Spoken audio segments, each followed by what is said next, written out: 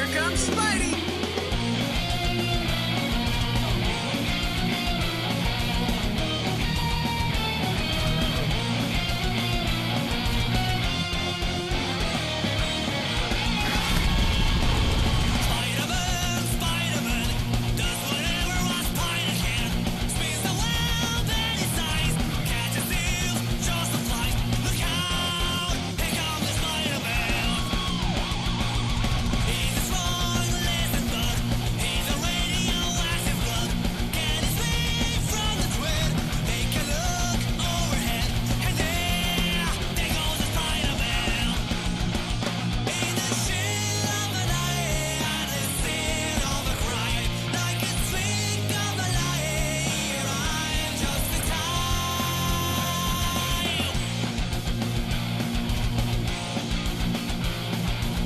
Your friendly neighborhood Spider-Man at your service.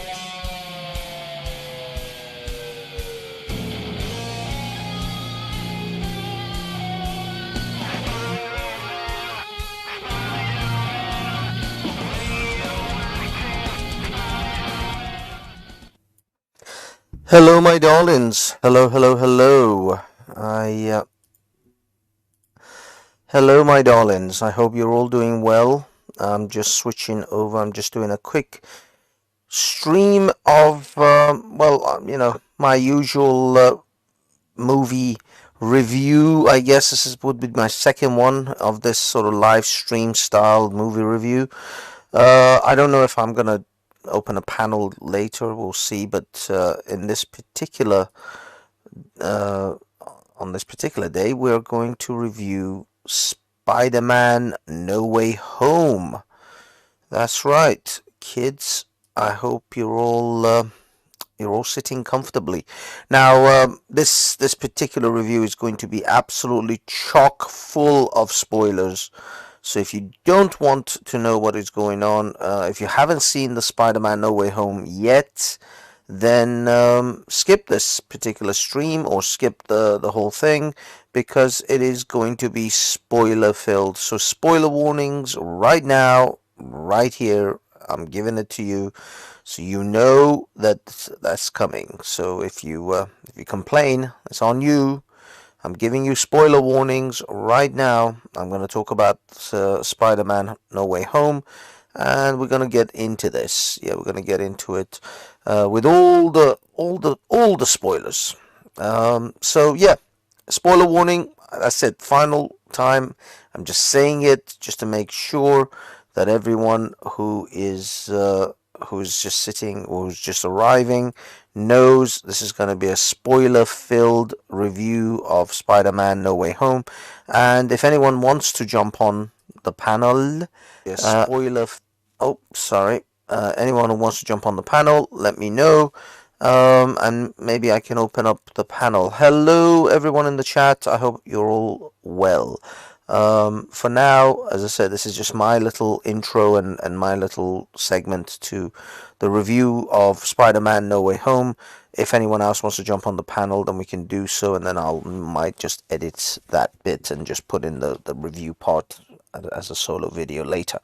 But for now, yeah, spoiler warnings. We're going to get into this. We're going to go in deep, boys and girls, balls deep, straight into Spider-Man. Now, what can I tell you about this? This particular movie, and I'll be honest with you, I went into it thinking that it is going to be kind of a cookie cutter version. Now, I did get some insight into that it was going to have other sort of multiverse spider villains from the different movies.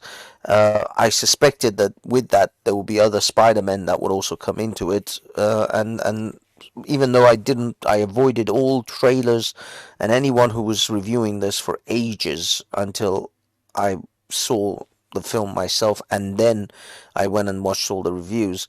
So, but the thing was, it was impossible to not go into the movie without any insight whatsoever.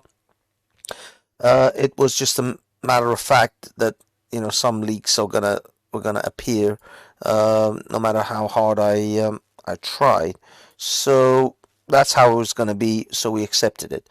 Now, what happens in this particular one? In this particular one, it's this one is not your usual Marvel MCU safe cookie cutter movie, and I'm glad that Sony retained some rights over this when they did the deal with Marvel, because I don't think Marvel would have made this type of Spider-Man film. This is not a Marvel Spider-Man film. This is, I would say, far more Sony Spider-Man movie than Marvel. Because Marvel is it's just Disney, isn't it? It's too safe. There's no consequences. I mean, hell, even in this version of Tom Holland's Spider-Man, they didn't even have Uncle Ben die. At least in the original Spider-Man and the other, Tobey Maguire and Andrew Garfield one, Uncle Ben actually dies. In fact, in the Garfield one, the parents of Peter Parker actually die. So there's like real like consequences to these people's actions and these things that they do. Not in this particular one when it comes to Marvel. The Marvel sort of Disney Marvel, shall we say, is so safe. They try to make everything Disney friendly. It's a Disney cartoony, and so it's just cookie cutter safe scenarios where there's very little. I mean, okay, sure, in Endgame they actually had uh, Tony Stark die, but to be honest with you, I'm not even sure how long that's gonna last. So anyway, in this particular one, but even I mean, Tony Stark's death was somewhat emotional, I guess, and it had some gravitas to it. But and also Captain America kind of getting old and checking out, that had some sort of emotional sort of gravitas too. But generally, there was very little. I mean, even Black Widow's death was, I don't know, it just didn't really sit emotionally strong with me. It just felt limp.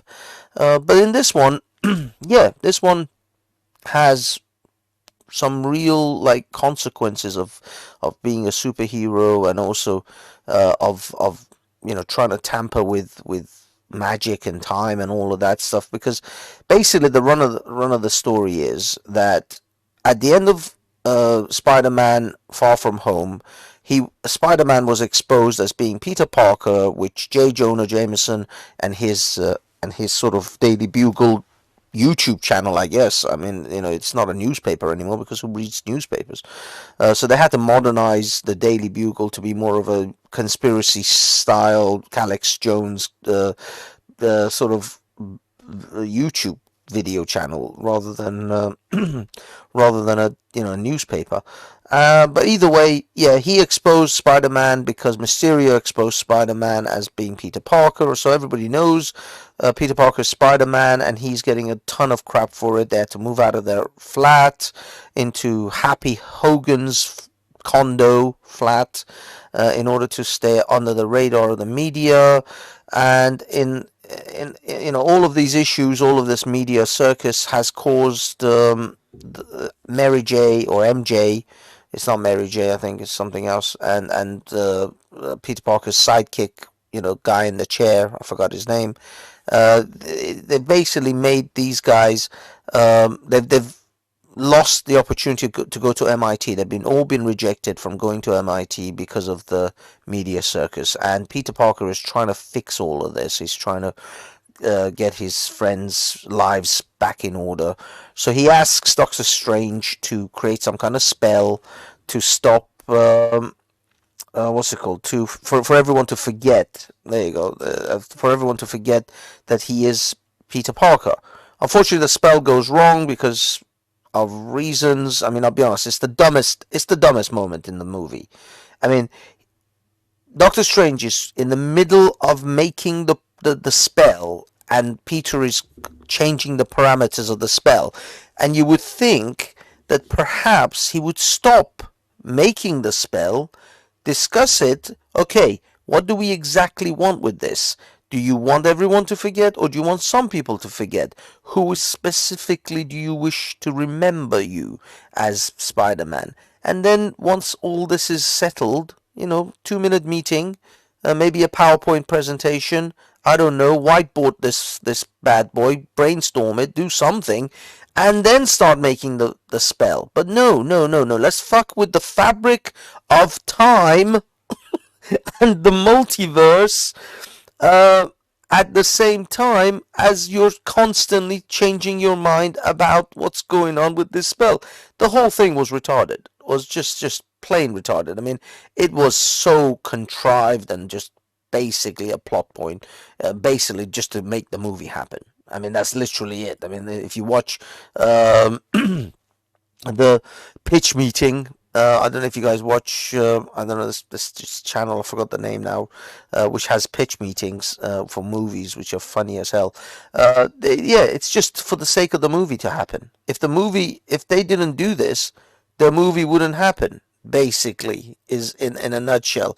If this stupid spell didn't go wrong, there would be no point for the movie. So the whole thing was just so lame and retarded, but it is what it is. You know, they had to do this just to get this ball rolling, and then all the other the villains that started to come through were all from previous Spider-Man movies, supposedly in different universes, who knew who Spider-Man was, who knew anyone who knew that Peter Parker was Spider-Man, or in this case the villains, would come through. Now, people are saying that Electro didn't actually know that Peter Parker was Spider-Man. I'm not sure about that because I think he was discussing it with the guy who became Green Goblin in that particular Andrew Garfield Spider-Man, and I think he may have known that Spider-Man that Peter Parker was Spider-Man. It just wasn't revealed in that particular movie. But because he was already talking to the Green Goblin of that particular movie, I suspect he was already informed who was Spider-Man, his secret identity. Anyway, who cares? Electro's in it. Jamie Foxx is good. He's a good actor, and he's just good in it as it is. And I think he's actually better in this one as Electro than the original Amazing Spider-Man or Amazing Spider-Man Part Two. He's, I think, better in this than in that.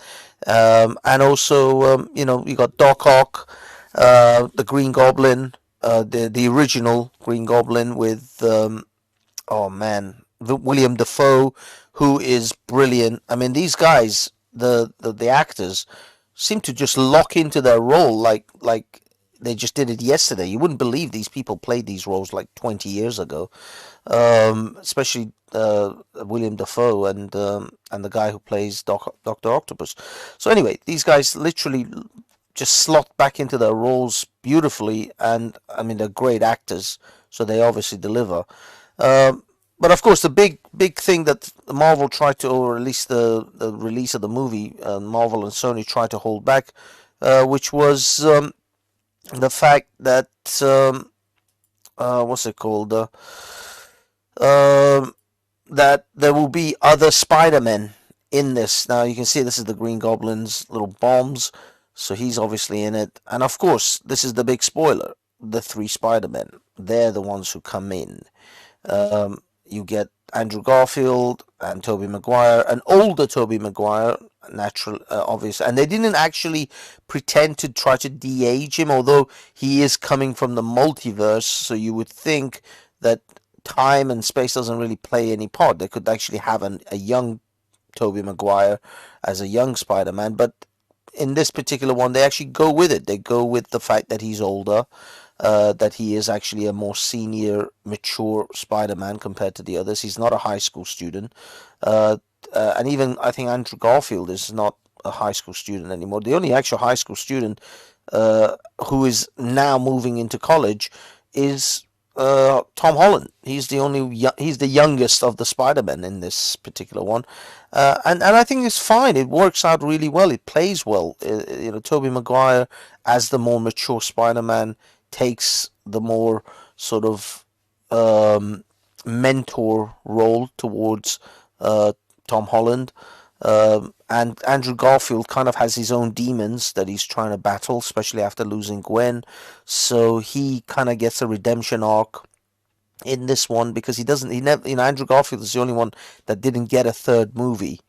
unlike the other two Spider-Men. So he didn't have any kind of opportunity to go through an emotional arc after he loses Gwen because he doesn't get his third movie. So in a way, this is his third movie, if you like, the third entry for Andrew Garfield's Spider-Man as well. So he gets to save MJ when he couldn't save Gwen. So he kind of gets a little real redemption there. And it's great. The three Spider-Men, I think, is brilliant. It's really well done. There's camaraderie, there's comic relief amongst them. And just generally, yeah, they go through a small bit of struggle because at first they're not really working together and they don't really know how to work together. You know, Spider-Man, apart from Tom Holland, who was in the Avengers, the others are pretty much solo acts, and they kind of deal with things on their own. And in this one, they have to team up, and Tom Holland's experience in the Avengers comes into that, and how he has to tell these kind of, I guess, give these guys little guidance on how to work as a team. So that all works out really well. The villains, I mean, at the end, I don't know. Are there too many villains? Did they need Sandman? Sandman to me is always the most useless villain because he's kind of a villain, but he's not. He's kind of a good guy. He's, I don't know. He's stupid. It's just dumb. I'm not sure whether they needed Sandman. I think the Green Goblin, Doctor Octopus, and Electro would have been fine. Oh, and they've got the Lizard as well. And again, he doesn't really do much. Doctor Octopus almost immediately becomes cured because they put a chip in so that the tentacles no longer control him and try to influence his mind. He's got an inhibitor chip back. And so he becomes a good guy, but then he vanishes halfway in the middle when everything goes to shit, and he somehow disappears. But then he comes back, but he's no longer really evil. He's actually a good guy, and he's helping Peter and the other all the Spider-Men. Um, so I don't know where he fits in all of this. He's kind of like, he's a good guy now, and he became a good guy like halfway in the middle of the film. I don't know. It was a bit weird on that one. Sandman, they didn't need him whatsoever. Useless villain. He had, virtually no arc. The Lizard, I don't know. Maybe. But really, what they could have done was make Electro and the Green Goblin the more dominant villains and harder to defeat, and they could have just wrapped up the few Sandman and the Lizard more or less straight away, and just gave more time to especially the Green Goblin. I don't think Green Goblin really got enough time. I think he could have done a lot more, damage and a lot more hand-to-hand fighting. Maybe on the glider, more time spent. I don't know. I don't know. I think there's more. They could have done more with the Green Goblin. I think Green Goblin, although William Dafoe was brilliant and the whole thing was really good, um, I think he could have done with a bit more time being, more villainous, because he was the only real villain and the real danger in this thing, with a bit of Jamie Foxx as Electro. The others, I thought, yeah, it was just useless. I don't know. The Sandman has always been shite. I mean, the Sandman in the third Tobey Maguire Spider-Man was crap as well. They could have just left it with Venom and played more of a thing with that. They squeezed in like Sandman and Venom, and that felt limp. And Sandman in this one felt limp. It just, I don't know. Why do they insist on keep bringing back the freaking Sandman? Um. Anyway, those yeah, overall the movie worked. It was really good. Unfortunately, Aunt May dies, and Aunt May, of course, as she dies, just before she dies, she has to deliver the line, with great power comes great responsibility. So they had to squeeze that one in again. Now it's fine. It was perfectly fine. It wasn't like really. It didn't take away anything. But I mean, this is the third Spider-Man for the Tom Holland, and now they're talking about with great power comes great responsibility. Hell, that that thing was spewed out by Uncle Ben in like the first movie. So I don't know. I don't know whether it's too it's not necessary really with that line, because they kind of hinted at it in the first movie with Tony Stark, and they didn't need to say it. It's like, oh God, do you really have to say it? We know, we frigging know. This is like the sixth, was it five or six? No, five. No, six, seven, seven. Sorry, eight. There's three, five, six, seven, eight. Yeah, ninth friggin' like Spider-Man movie that we're watching here now. And it's like, it's okay, fine, we all know. But anyway, they squeeze the line, and then of course Aunt May dies, and that's actually, that is the emotional payoff in this. That is genuinely like heartfelt and is emotional, and Tom Holland, you know, acts the crap out of that, and all of them, all the guys, all the Spider-Men, nobody phones this in. Everybody puts in like 100% effort in getting the, you know what I mean, in playing their part, whatever their part is. Nobody just sort of falls short in the acting side. I think everybody, all the Spider-Men, they really put in, you know, full effort. The villains, William Dafoe is just wonderful. The guy who plays Doc Ock, I forgot his name, Alan something. He is really good, and they de-age him really well as well. So he's. I mean, I think his wig looks a little bit off. His hairpiece, I'm sure it's a wig. It looks a bit wiggy, but his facial de-aging is really well done. And all the other actors, Jamie Foxx, Lizard, Sandman. I mean, the Sandman, as I say, he's bland as hell anyway. The guy barely knows how to fucking act. The character as a whole is a fucking waste. They didn't even need him in this movie. It was just too many. There was already plenty of villains. It's just a useless villain. I don't know why they keep insisting on having that stupid character. But either way, yeah, all the villains, all the people who play the villains put in, you know, maximum effort, as Deadpool will say, and all the Spider-Men put in maximum effort, and even Zendaya, who plays MJ, she's okay. I find her to be very wooden, but you know, she's all right. And the chubby guy, and you know, the Spider-Man's man guy in the chair kind of thing. They're fine. Everybody's fine. Aunt May, the lady who plays Aunt May, I forgot her name.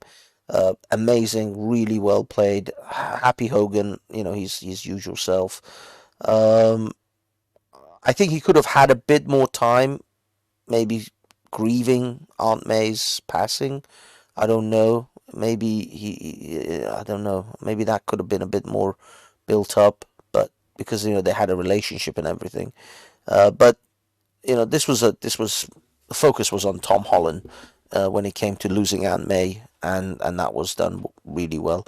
And the action sequences were fantastic, absolutely amazing. All the different Spider-Men, every one of them gets their moment, gets their sort of arc in the movie, and yeah, it's really well done.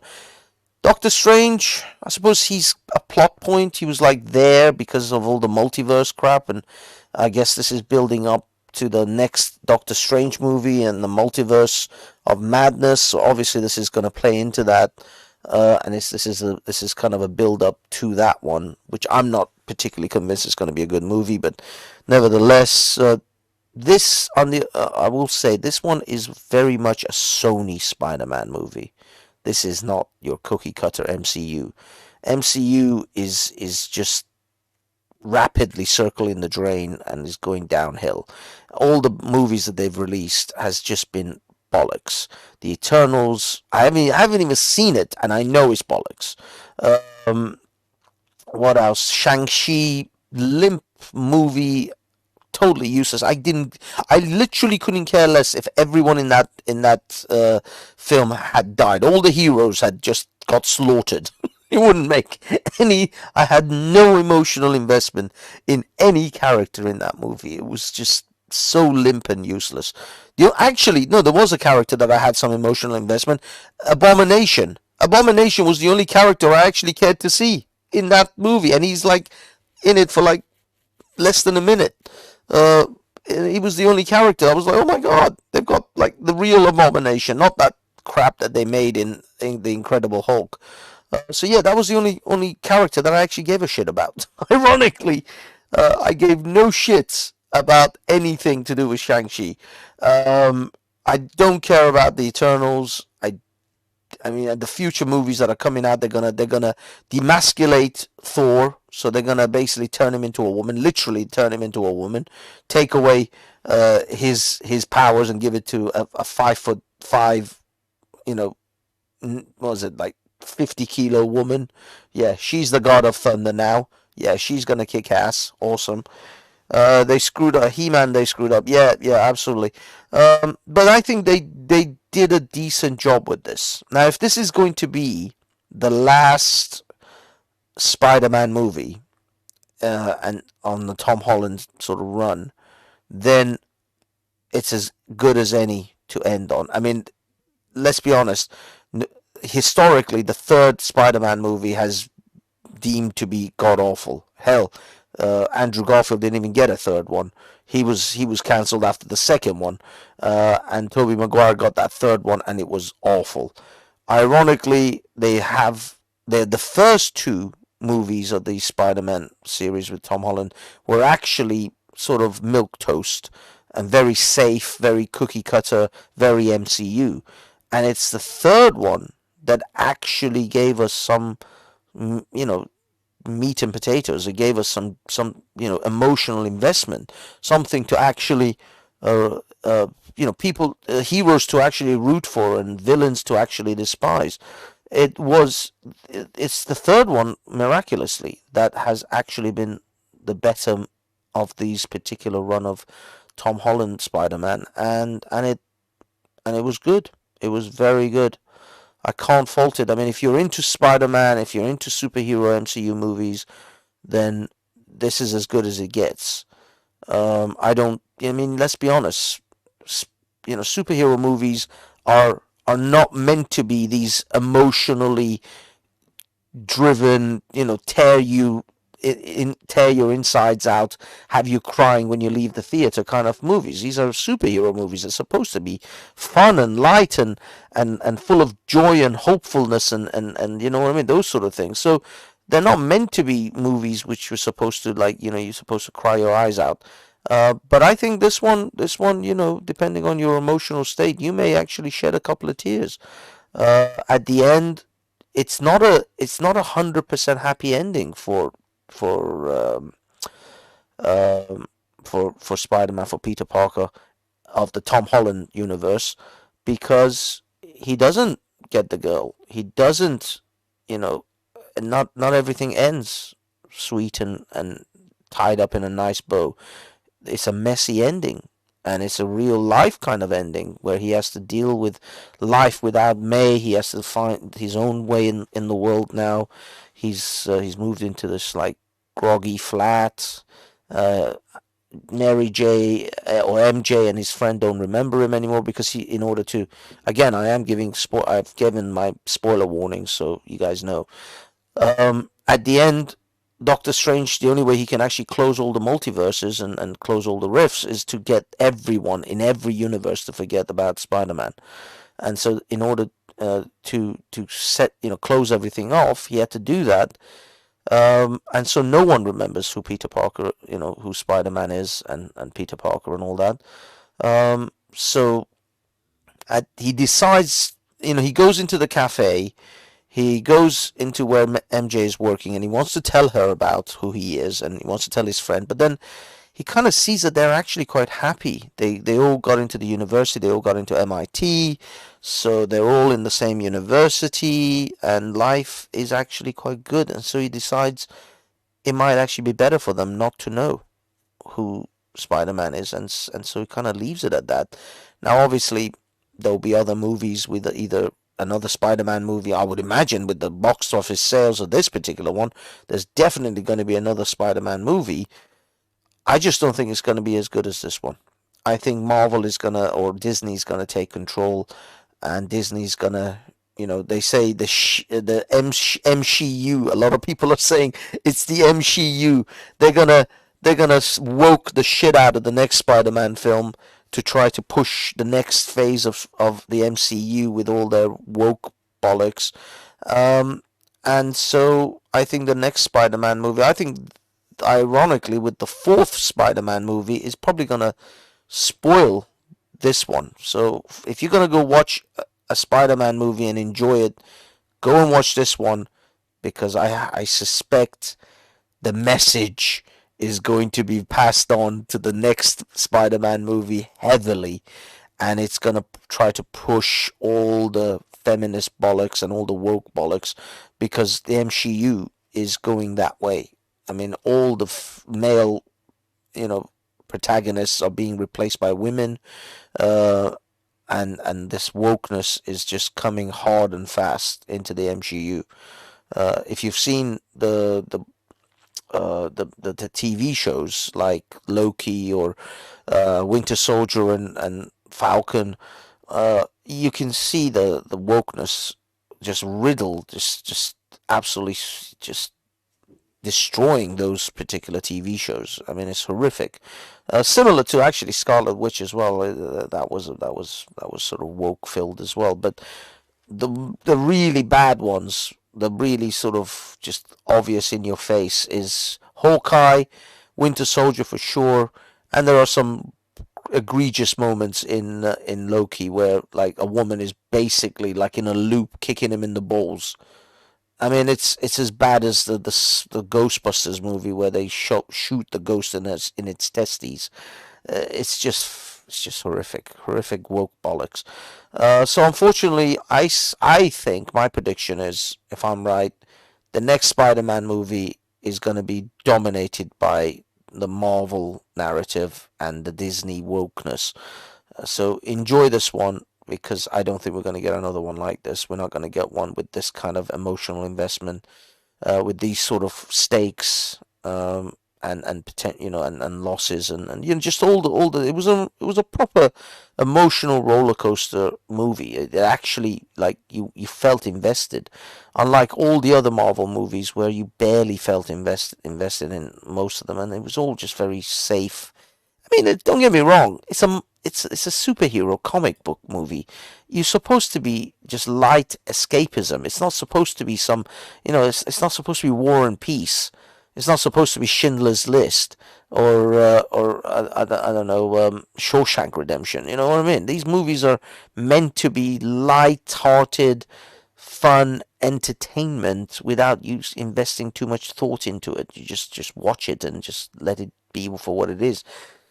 But occasionally, something like this, Spider-Man: No Way Home, shows you that actually no, superhero movies can be very, very intense, emotionally, quite intense, and they can actually have that element to them. Then they don't always have to be safe, fun, light-hearted movies. They can actually be, they can have a serious twist and a serious message in there. So I think, yeah, why not? Let's have it from time to time. A decent movie where you can actually feel emotionally, like you feel emotionally exhausted with the roller coaster of the different things that are happening. So yeah, this one, it's a good one. I think it's the best one for me anyway since the first Tobey Maguire Spider-Man, because for me that was the first Spider-Man movie that was truly awesome. Prior to that, I don't know if you guys remember the 1977 or the Japanese Spider-Man. Oh my God, they were horrific. They were just disastrous things. And then really for me the only Spider-Man, because Spider-Man's been my favorite superhero ever.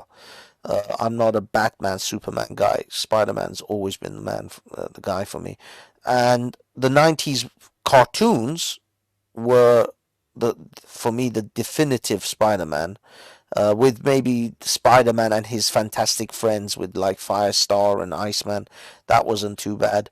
But really the cartoons were the only things that delivered the Spider-Man that I would like. There were no live action movies until the 2001, 2002 Tobey Maguire movie. That was the first decent computer generate, graphics. All of that was in place by that point, so that they could actually make Spider-Man a live action movie the way it's supposed to be. And that has always been the best movie for me. That has been the definitive Spider-Man movie. And I think this is a a distant second, for sure. And it's the only one in the Tom Holland run that I think is decent. I mean, he was in Spider-Man, in Civil War, which was kind of cool. But really, that wasn't a Spider-Man movie. So anyway, um, Superman 1977. Ooh. No, no, not Superman 1977, Spider-Man 1977. I don't know if there was a Superman in 1977. There is a Spider-Man in 1977 though. Go check it out. It's horrible.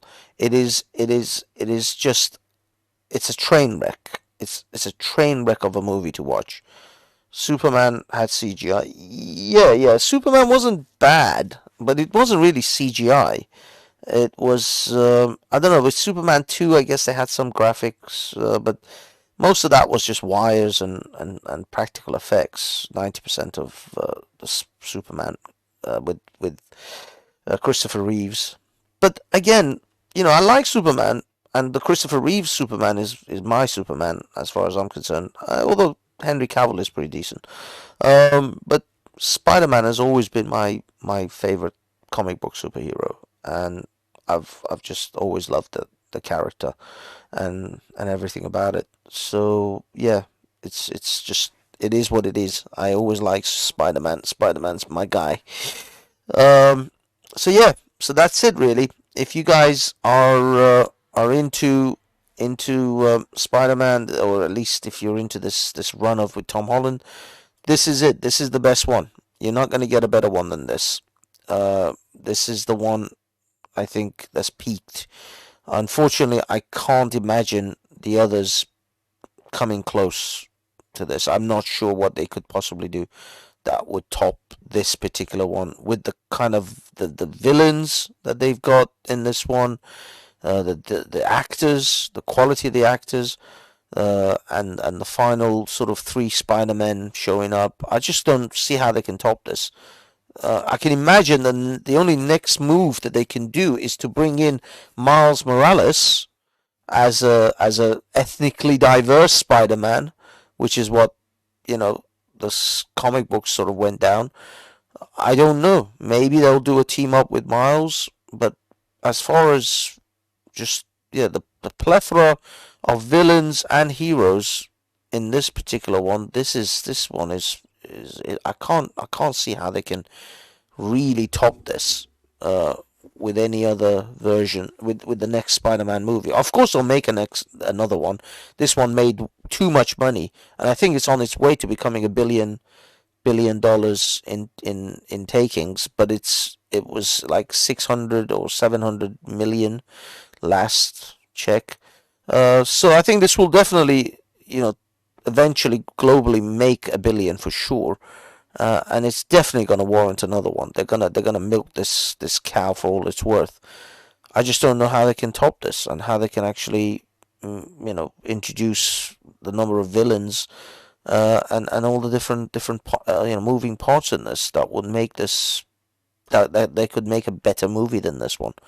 It's gonna be interesting to find out. And I think they've used a lot of the good villains already in the Spider-Man universe. They don't even have the Hobgoblin in the Tom Holland universe, because the Hobgoblin was the son of Osborn, and he was introduced in the Tobey Maguire one, kind of a little bit lame. I don't know. I don't know. I mean, they used the Vulture. I mean, there's always some villain that they'll find. There's been thousands of villains, I think, in the history of Spider-Man, so they can definitely bring one up. I don't know. Maybe they'll have Spider-Man in the next Fantastic Four movie. That would be interesting if Fantastic Four kind of teamed up with Spider-Man, and that's how the Fantastic Four gets introduced. I don't know. That's an interesting thought. Um, and of course, you got the X-Men coming in the next phase of of the Marvel sort of universe. I don't know what they're gonna do with that. How they're gonna introduce the X-Men characters. Probably all the women. They'll cut out. I mean, Logan is dead, so they probably won't bring back Wolverine as Wolverine. They'll bring back another Wolverine type character. I don't know. I don't know. I mean, I'm just only guessing how they could basically take a giant dump on all of these intellectual properties from Marvel. I guarantee you they're gonna ruin the crap out. I mean, the thing is with the X-Men, they haven't had a particularly smooth sailing or smooth, history of movies. Their movies have been hit and miss quite a lot. I mean, they destroyed, or they took a giant dump on the whole Phoenix saga. They did well with the Logan saga, especially Old Man Logan, and that last movie. That was a great film. So Wolverine, they did Wolverine reasonably well, although again that was a hit and miss kind of. They've had a couple of total idiot, moronic movies with Wolverine, origins and all that crap. Um, I don't know. I don't know what characters. I mean, the other characters. I hope they do a decent Gambit movie. I think there's gap in that they could make a really good Gambit movie. Gambit could be quite a dark character. He has a very shady past anyway, and they could make a very dark Gambit movie. But I just don't see them going there. I don't know. I don't know what else is there. What Rogue, Storm, and as I say, this Phoenix saga has always been shite. Every time they've tried it twice, and it's just been crap. I mean, they just can't seem to execute this thing. Why is it that they're unable to execute a decent Phoenix saga is beyond me. Maybe she'll be the next big villain. She'll be the next Thanos of the Marvel universe. That would be interesting if they build it up to the Phoenix becoming the next Thanos of the Marvel universe.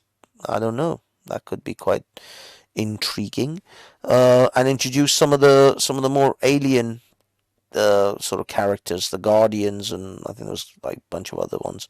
I don't know. There's a whole bunch of aliens that are superheroes that they could bring in. I mean, with the whole X-Men universe, it expands massively.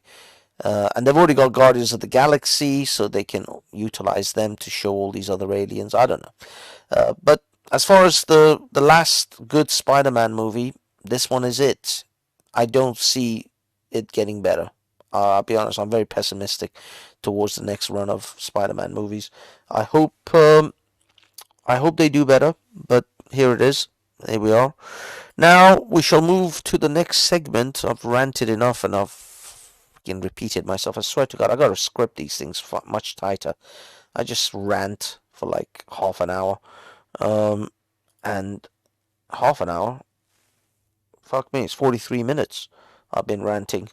So there it is. I'm gonna move into the panel section. If anyone wants to talk about this, if anyone's interested in this conversation, I believe I see Ned. Ned is in the chat. Big up, Ned. Big up John Smith, which is Hopsky. You keep changing your name, dude. Skyworks. So yeah, thank you everyone who's here. I don't know that many people who are interested. Oh, I see Rodney is also big up, Rodney, if you're still around.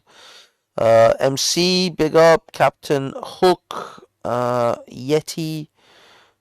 I believe that's everyone. Old school McBoy. Happy Now, big up. Lena Scott, big up. I'm not sure if they're still here. And All Eyes on Me, big up to you. So there you go. I've addressed the few people in the text. Anyone wants to jump on? Anyone wants to have a word? Let me know. We'll discuss this or any other Marvel or generally movie related stuff. I would prefer the conversation to be about movies. I don't want to get into politics or anything else. I would rather the conversation to remain in the movie zone. But if nobody comes on, it doesn't matter anyway, because I'll just end this thing as it is. Just gonna give it a few more minutes to see if anybody is interested in this thing. I don't know. I don't know. I don't see anyone being that particularly. I don't see anyone jumping on. So if nobody wants to jump on, that's all good. We can close shop early and call it a day early. Oh, oh, wait a minute. Wait a minute. This thing went blank. Okay, here we are. Sorry, videos play a bit funny. Oh, oh, we have a caller, ladies and gentlemen. Let me just switch to this because they don't go blank. Who is this? Hey, it's Hopsky. How's it going, my man? Hopsky, you with me? Yes, can you hear me? I'm with you, mate. Yes, how are you doing? Yeah, good. I went to the cinema. I thought, yeah, I get because I follow a few YouTube critics, and one of them's called the Critical Drinker. I don't know if you've heard of him. Yes, yes. Me and Ned were talking about him the other night. He is awesome. He is just fantastic. When that guy says, yeah, you know it's good. He recommends, yes. When the drinker Yeah, recommends, yeah, you know yeah. to take it. Yeah, that's one man's word I'll always take on board, Yes. especially when it comes to movies. Yeah, yeah, yeah. He's on point. He's on it. He's very good. And you know, it's also his honest and sort of well formed reviews are reflected Yes. by the people that follow him. A lot of people follow him. Hey, we have Tiger. Sorry, guys. Let me just switch. See if we can. Big up, Tiger Hello? King. Oh, all right. I'm on. You're on. You're Hey. on, mate. How is All right. things? Yeah. No. Hold on. Let me just turn this up. Yeah. Yeah. No. I saw. Sorry, I didn't watch the whole stream. I just came in at the end. Yeah. No. I saw Spider-Man, and yeah, it's a good film. They are good films. I think that I'm happy that they really use nostalgia there, and All right, no. All right, this is my no, it was good, but I think that the way they introduced the other older Spider-Man was like I felt like they should have first of all, like, apparently Uncle Ben doesn't exist in this universe, which I thought was kind of sad because it's like, who's gonna give the power speech. responsibility speech, and they just sort of like left it out, and they went, oh no, Aunt May just gave it. Aunt May, Uncle Ben doesn't exist, and it's sort of like, I kind of feel like without Uncle Ben, there's no real Spider-Man. He's just some like weird knockoff. But another thing is, like, now that he's met like half of his rogues gallery from an alternate universe, like, what's Spider-Man gonna do when he actually meets Harry Osborn or Norman Osborn in his own universe? Or what's he gonna do when he starts meeting all these people? So, like, it's a bit weird. Like, he goes, oh, okay, yeah, you're probably gonna become the Green Goblin, or are they just gonna do Hobgoblin with his best friend? But yeah, I mean, but the way I would have introduced them is I would have had it where Tom Holland's Spider-Man would have gotten completely ambushed and the shit kicked out of him, and it was like, oh no, I can't fight all these guys, like, there's too much. And then I would have had Andrew Garfield and Tobey Maguire swinging in to save his ass and be like, yo, we're here to help. Like, that's kind of how I would have done it. But like, yeah, they kind of.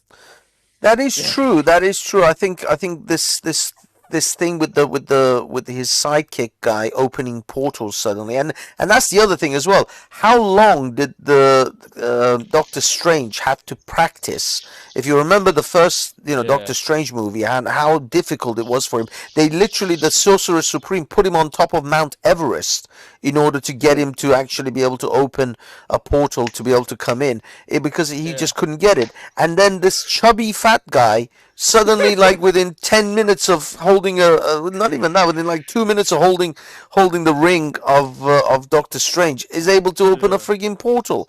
It was quite strange. I was a little bit like, oh yeah, this is a little bit like contrived, or at least a little bit convenient, that he's capable of opening these portals, and then immediately manages to open one of his first portals to Andrew Maguire, Andrew Garfield. I'm like, come on, I heard man. that they're gonna do another film with Andrew Garfield. They're actually they think he's gonna be put in the Venom universe. Interesting. Because I mean, it's making so much money, and like, they just thought, and they can do. I mean, Sony still has the rights, and like. Yeah. But the thing is, it's gonna become a bit I don't know. I guess these different multiverses, because technically, the Venom with what's his name? Oh man, I forgot the guy's name. But the Yeah, current Venom, Tom Hardy. Tom Hardy Venom, he is in the Tom Holland universe. He isn't, Oh, because at the end of the last Venom movie, they showed yeah. the Tom Holland Spider-Man and how he's now, he was being exposed as Peter Parker. Did you So not see the end credits? yeah, there is where he forgets, doesn't he forget or something? No, He's no, I mean, he's the in end credits of No Mexico. Way Home. Yeah, he's in Yeah, Mexico. I saw Venom in Mexico. yeah. But what was the deal there? I mean, like, I couldn't understand because it They was didn't. only Spanish, so I couldn't actually understand what he was saying. Yeah, so they didn't really. They kind of. I thought they was gonna at least like run into him or something, but basically he was there and then he got zapped back.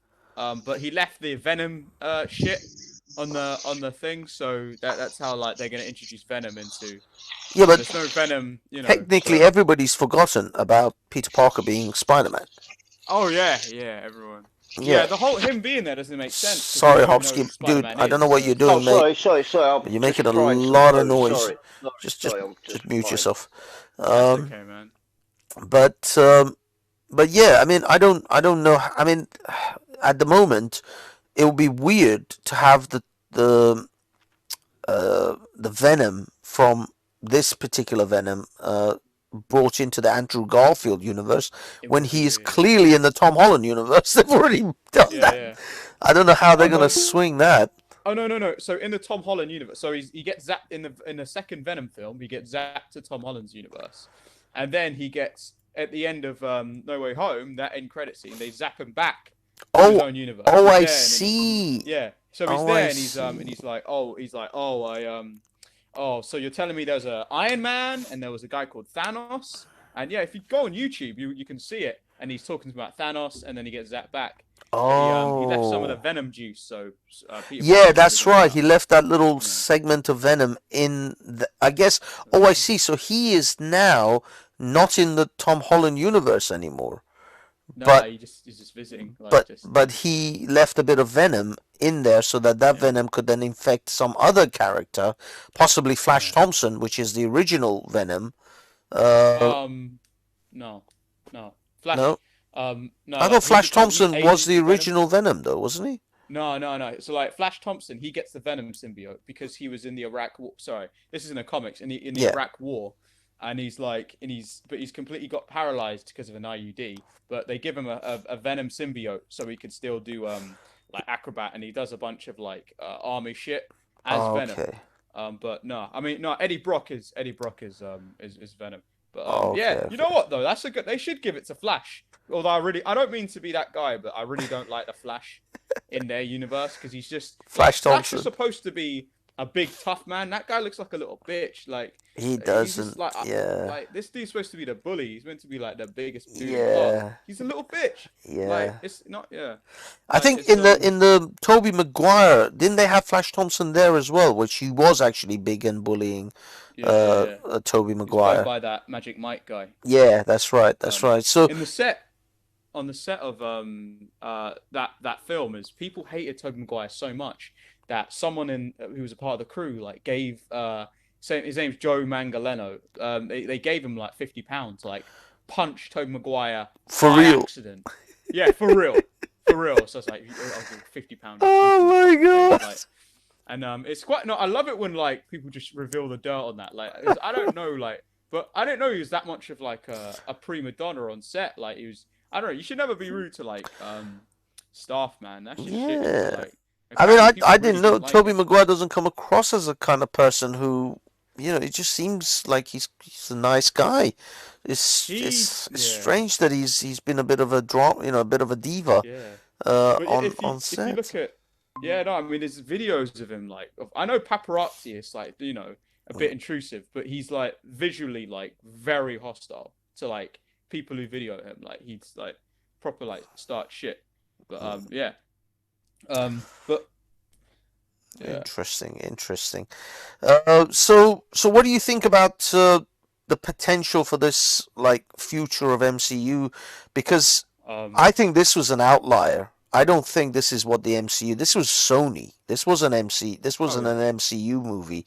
This was a Sony movie, and I don't know if MCU is going to allow this type of thing to happen again in the next phase of the MCU. I don't think this is because clearly this movie had nothing to do with the message, and it clearly didn't have any. Oh, let me see if that is actually Ned.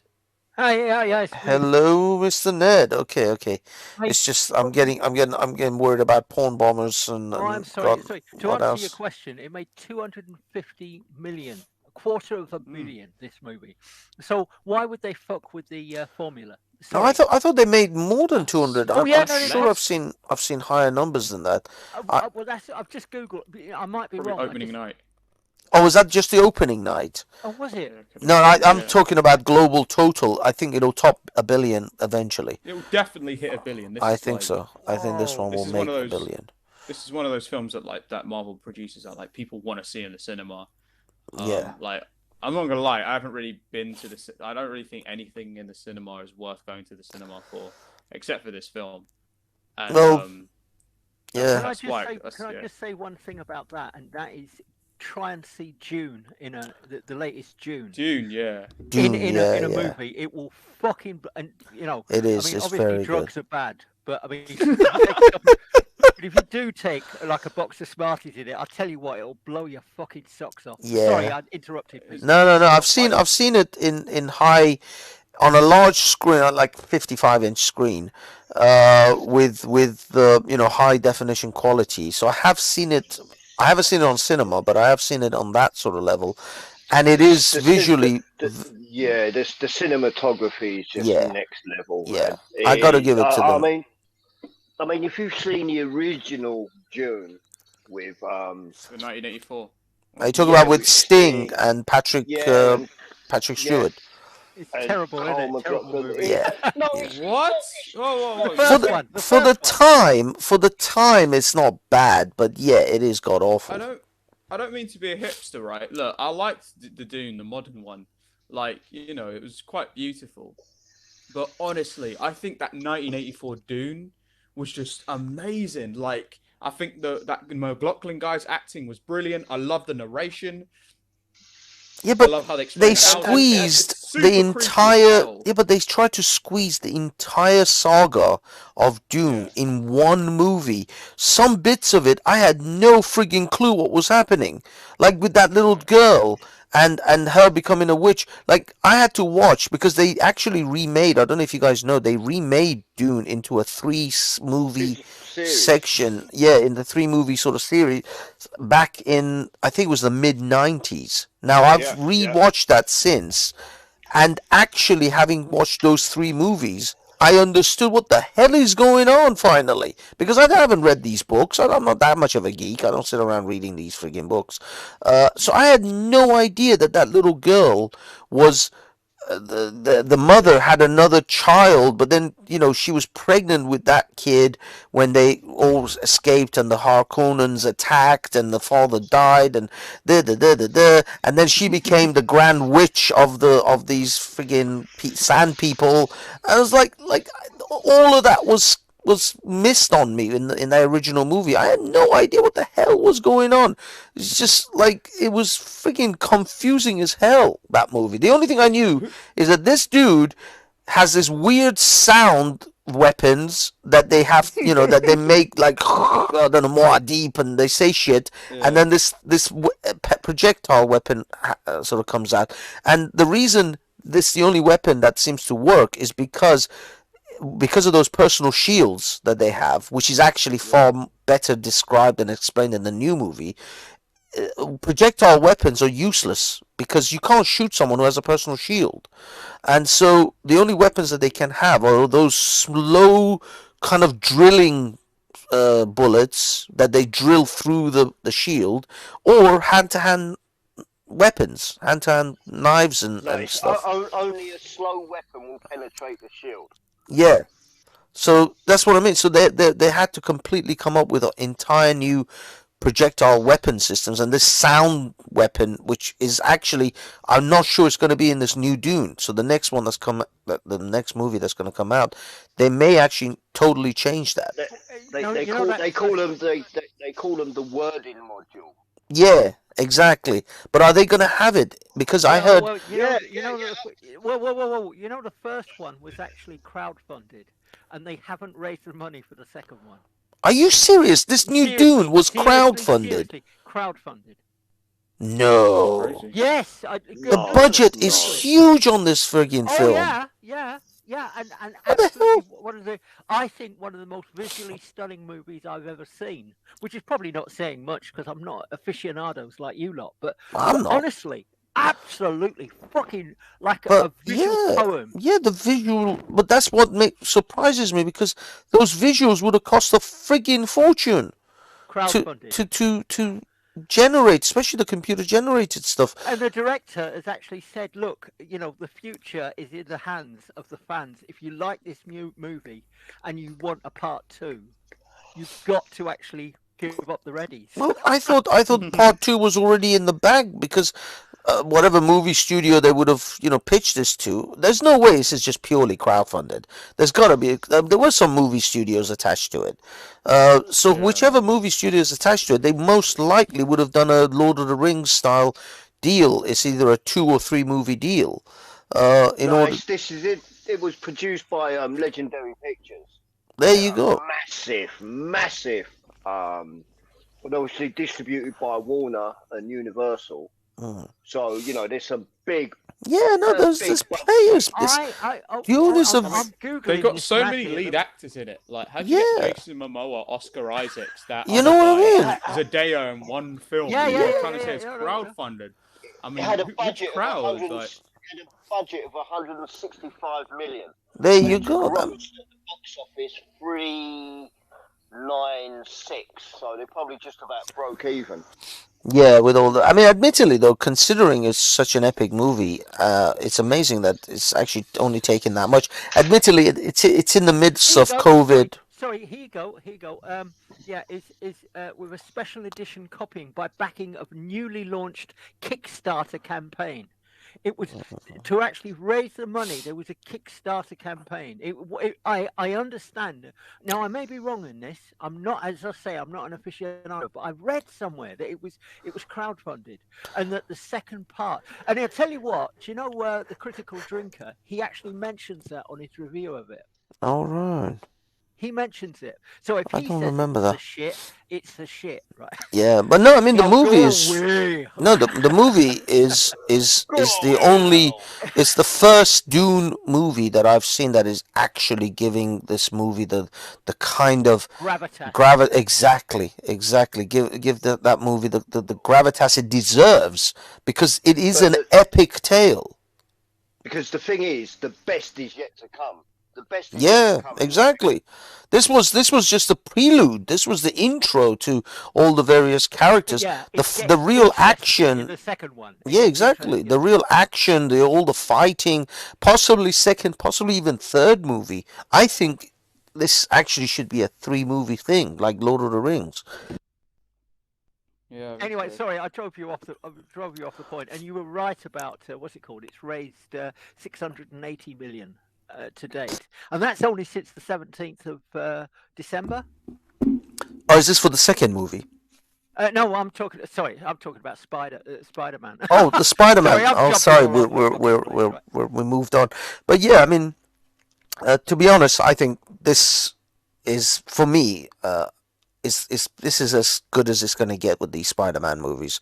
I can't imagine them be able to top this on the next one, and I can't imagine Marvel keeping or Disney, should I say, keeping their greedy hands or grubby hands off the Spider-Man franchise and try not to push the message into these movies. Because this one, in all honesty, I barely saw any wokeness in this one. This one was a decent. According to Google, this was funded by Sony. Yeah, that's what I mean. That's why this was a very Sony movie. It wasn't a Disney operation. Yeah, that means Disney obviously allowed them to use the MCU characters, Doctor Strange, and and Zendaya and all the the MCU kind of characters that were already part of the Tom Holland universe, but all the other IPs that they brought in were all from the Sony side. All Can the I just ask you? villains. Can I just ask you, people, though? I mean, if it is woke, is it box office poison? Yes, it's is there been an adverse shown. reaction? Go woke, go get broke. Is that a thing? Is that really a thing? It is. If you look at 90% of these movies that heavily lean towards wokeness and try to like push some sort of feminist message, it's always shit. It always, because they think that that's the selling point. They think as long as we have wokeness in our films, oh, people are gonna come and see. And actually, those very protesters or very minority loudmouths who want the wokeness are not people who are even interested in these type of things. Most of these feminists that talk about we should have more female representation in movies don't even fucking watch the movies that they're talking about. You ever seen the movie Starship Troopers? Yeah, good movie. Do you think that film would be perceived as woke today? Oh, they'd never make No, that. they would never make that movie today. That movie I mean, literally has Nazi uniforms. At the time, it was accused of being fascist. Yeah, But it actually- Yeah. it has But- loads of Nazi symbolism in it. Oh yeah. It is not. It is woke fascism. I mean, think about it. Yeah. Watch the film. Watch the whole film, and you'll be like, "Holy shit, this is woke as hell." You've got wait. Let me explain. You got Dizzy, right? She's a beautiful like woman with long curly hair. She's playing Aryan. American football with the men. Yeah. She's not like. She's super tomboyish, and she's beating up all these men. Yep. And then you've And got she's kicking ass. yeah. Kicking off. She's one of the toughest soldiers in like Rico's sort of. Yeah. And then you've another sort of like very woke scene is when the Sky Marshal, and this is something I found really funny. Is They like, replace him this with is a fascism, woman. This is woke. Replaced by a black woman. Yes, And yes, it's quite true. funny. It's super. Or you know how you got the scene where that dude Ace, he's got these. You know that's Gary Busey's son. You got the teeth there. And he's like, man, I hear the new lieutenant. He's a real nutbuster. And then he gets punched in the face by a black woman. Like, it's super woke. Yes. When you really look at it. That is true. It's full of... I called it woke fascism. Like, Yeah. yeah. And also the captain of that ship that girl goes on to, she's she's a woman, and then she becomes the captain later on. So like But the that's for females. Holland. That's that director. He enjoys kicking you squarely in the nuts. You know, it's the viewer. He relishes actually shocking you.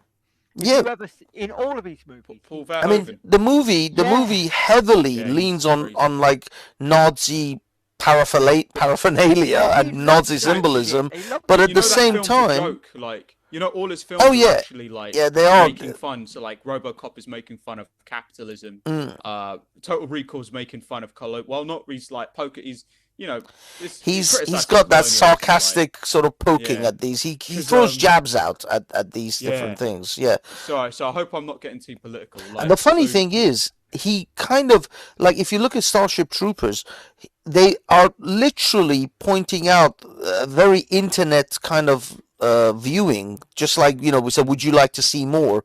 And it's kind of how the algorithm nowadays on YouTube and various social media manipulate you into watching the next thing. He was doing that in the 90s. No, This the is funny before thing about that YouTube film- was even invented. He Yeah. was already putting that out there. That the algorithm is kind of coasting you or herding you towards watching certain propaganda material. And now we're in the middle of it. I mean, in all honesty, there's a prophetic aspect to Starship Troopers. If you actually watch that thing and compare it to where we are now, you realize, fuck me, these people knew things. Yeah, They foresaw some of this shit. I don't mean to be. I don't want to get political, but like the thing is with that film is, I think the reason why the jokes didn't land is because like 4 years after that film came out, 9/11 happened, and then Americans became very ultra patriot, and that's great. Patriotism is great, but like the kind of like I'm proud to be an American, like after like 9/11, that kind of looked very similar to like A Good Day to Die and Starship Troopers 3. It's very, you know, the jokes really. I thought it was just a shit film, but they were really taking a piss. But can we talk about The Matrix? Because I really enjoyed that film. Is this the last one, Matrix Resurrection? Or Matrix Erection is how I put it. Yeah. Okay, go on. Give us your thing, Tiger. All right. So I understand when we talk about the Matrix, like there's the first film, which is just a masterpiece. Like the action, the writing, all of it is like a masterpiece. And they didn't really replicate that same like practical effects in the second, in Reloaded and Revolution. They were very CGI focused, and I don't mean to be that guy going like, oh, it's too much CGI, but it didn't seem practical effectsy. Well, they did in that one scene when they're in the fetish, that bar when they're trying to free Neo from the train guy. From the Frenchman. Yeah, the Frenchman. And they kind of did like, oh, okay, yeah, it's just like the first one. Maybe because they got criticism that it wasn't like the first one. Tiger, where could they go from that? I mean, if you think about The Matrix, that is such a game-changing movie. Where could they have gone in the sequel? Sorry, I interrupted you. Oh, no, I understand. Yeah, that's right. And that's the thing is the problem with it wasn't supposed to have a sequel because it's like, okay, this is, you know, Neo, he can fly. This is it. This is the unit. Yeah, it's like, all right, Neo, he can fly. Yeah, he can fly, he has super speed, super strength. So the guy is just so overpowered. Like he can't have another. He's God. Yeah. And so it's like the only way they could really sort of like ground him is if, all right, we'll just take Agent Smith and we'll copy him like hundreds of times, and then that kind of made sense. Well, they kind of, you know, decided, okay, we'll make Agent Smith the yang to his yin, in order to kind of take away a little bit of that power over. But yeah, I mean, they gave Neo so much, he became freaking, like you said, God, Superman, and so it becomes really hard. And he wasn't the only Superman in the Matrix. He then manifests all those abilities outside of the Matrix as well, where he was actually able to like destroy the Sentinels and all the different machinery that would come towards him. So he became insane, and so I mean, you know, I suppose making Smith be able to replicate and take over like the Oracle and having all these other abilities of all the other characters in the Matrix that he would copy or he would infest. Effectively, he was a virus. That's effectively what Smith became. Yeah, he became a virus that started infesting the whole of the Matrix, and he would then absorb the characteristics, the unique characteristics of every program that he would absorb. Yeah. And I'd like to say, and I understand you weren't a big fan of the sequel, and I like how they're very much sort of self-aware, and you were right about, like, look, they're going to do it with us or without it, so we might as well just be involved with it. And, like, I think the Wachowskis very much knew, like, they were very self-aware of their own art, in a sense of, look, most people don't give a shit about the philosophy behind these films. They just want to see action. And it's like, look, I like a bit of both. I like smart science fiction, but the action is also quite good. But I'll say you one thing, like one of the many criticisms I have of that film was the architect. He's the new architect, Neil Patrick Harris, the analyst, Colonel Sanders. Like obviously Colonel Sanders got completely purged and deleted.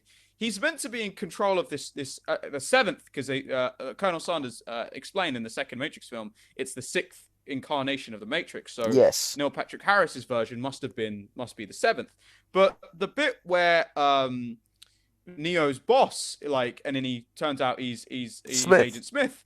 How the fuck did Neil Patrick Harris not know that was a reincarnation of Agent Smith? If he was the one who was in charge of the whole program. This is what I mean. This is the whole point. This is why there's biggest plot hole. Like, because it's not that he knew. He should have known. Why in the purge they purged the architect, they purged the Oracle, but they didn't purge Smith. Like, how did Smith slip through the fucking nets on this? It was all right, another thing about this new Agent Smith is not. You made a point about, like, this is not Agent Smith. This is just some very handsome man. And I agree, it's really stupid because, and if you watch the third film where that one guy, Agent Smith, assimilated him and then he ended up becoming a living man in the Matrix. Oh yeah. Like, even though he looked nothing like the guy who played Agent Smith, his mannerisms was Smith completely on point. Exactly. It was that, like, it was when he started talking like, yo, that's Agent Smith, looks nothing like him. Like, that's him. That's his voice. Yeah. The way he talks. and then you see him This new guy. third alter. Yeah, he this doesn't new even guy's act like Agent he Smith. doesn't even act. He doesn't even look like him. He needs to have his mannerisms. It's Nothing. got cards, There's like and they nothing. completely fucked it. Literally, I mean, it was so ridiculously lame and on the point, was they had to literally have the man say the lines of the original Smith and then superimpose the image of the old Smith and then come back to this guy just to let you know that this is Smith, because this Smith doesn't act like Smith, doesn't talk like Smith, doesn't behave like Smith, and he suddenly sure as shit isn't going to look like Smith. And so they had to. Surely the thing that makes that first movie is just the plot was so out there. It was so unlike anything that had ever come before. This idea that we're all living in a matrix, and that really put the fucking wow on you when you saw that movie. And they've never ever been able to replicate that. Well, so it's yeah, not, but that's this fine. isn't just like Spider-Man 3 or 4 or 5. Yeah, they've no. never ever managed to get that punch, that wow. Of the first movie. But the thing is, Ned, it's not about the fact that they have to capture that original feeling.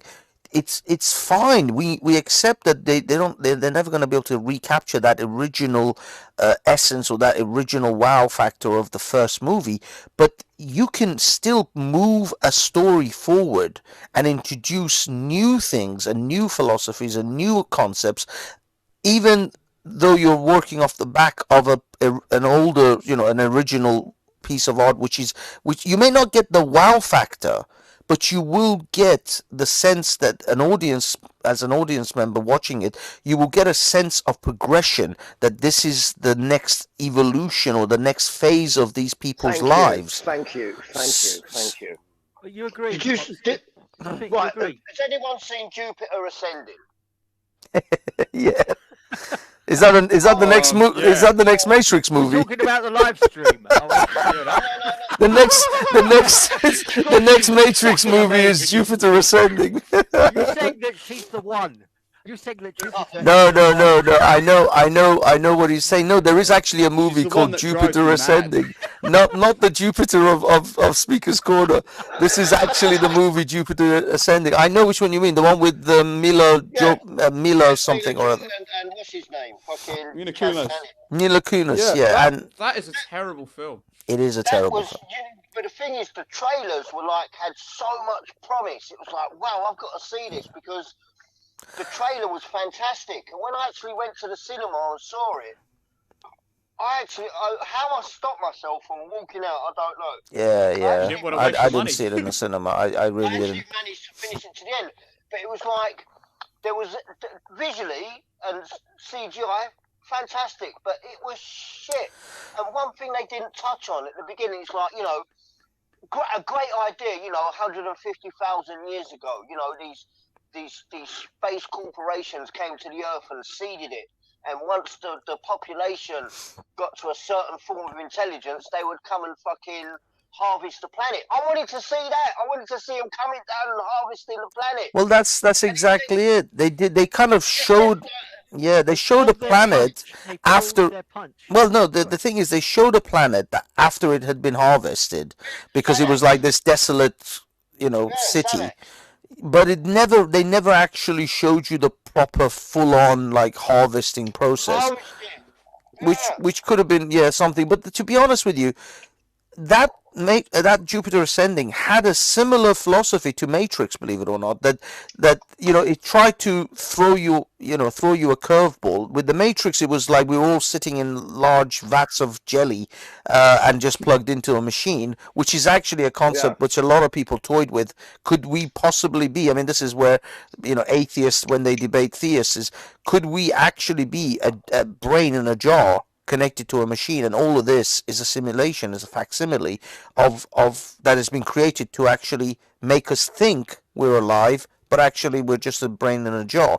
Now that's where the Matrix sort of took that concept from. With the concept of Jupiter Ascending, it's all about, are we really did we actually evolve naturally, or are we literally cattle? are we just cattle for this industrial corporation that will simply come and harvest us like grain? Yeah, when the time is right. Yeah. Yeah. Sorry, Tiger, you were going to say something. Yeah. I was going to talk about some of the Wachowski films that I thought were really good that really didn't do very well. They did a film called Speed Racer. I guess you could say that film is like, it's super underrated. It's just a beautiful film to watch, and it's got John Goodman in it. Yeah. And that guy who played Jack in Lost. It got terrible reviews, but I think when I saw it, I loved it, and so did my friend, and we're like, "Yo, this film's amazing." And the woman in it, you know, the woman with the bright orange hair. Well, you probably don't remember her. She was in she played the little girl in the Addams Family, and she was in Wednesday. The Matrix. She was actually in she's the angry little girl from the Addams Family. She was actually in the Matrix, and she was also in Race Car Driver. Okay. And also, I believe that they played a part in the making of V for Vendetta. But I'll tell you one thing I was quite surprised at the Matrix is I thought there was going to be more wokeness. I was expecting, because the Wachowski sisters had come out and said, you know, the Matrix films is about transgenderism, and I was like, really? Well, the red pill and blue pill is about the literal transgender pills that they have to take in order to estrogen tablets and all that. I mean, God knows. The thing is, the red pill blue pill concept has been either hijacked or taken away from the Wachowskis. The Wachowskis themselves can go ahead and try to claim it as whatever the hell they felt that the red pill blue pill was, but the red pill blue pill concept has now expanded way beyond whatever these guys want. It is out of their control. They can't dictate where that concept goes. That concept has been adopted by MAGA people. It's been adopted by the manosphere. It's been adopted by so many different groups. I'd be interested to know what the genesis of the Matrix, whether it was a cartoon or a comic or something beforehand, because there's a book called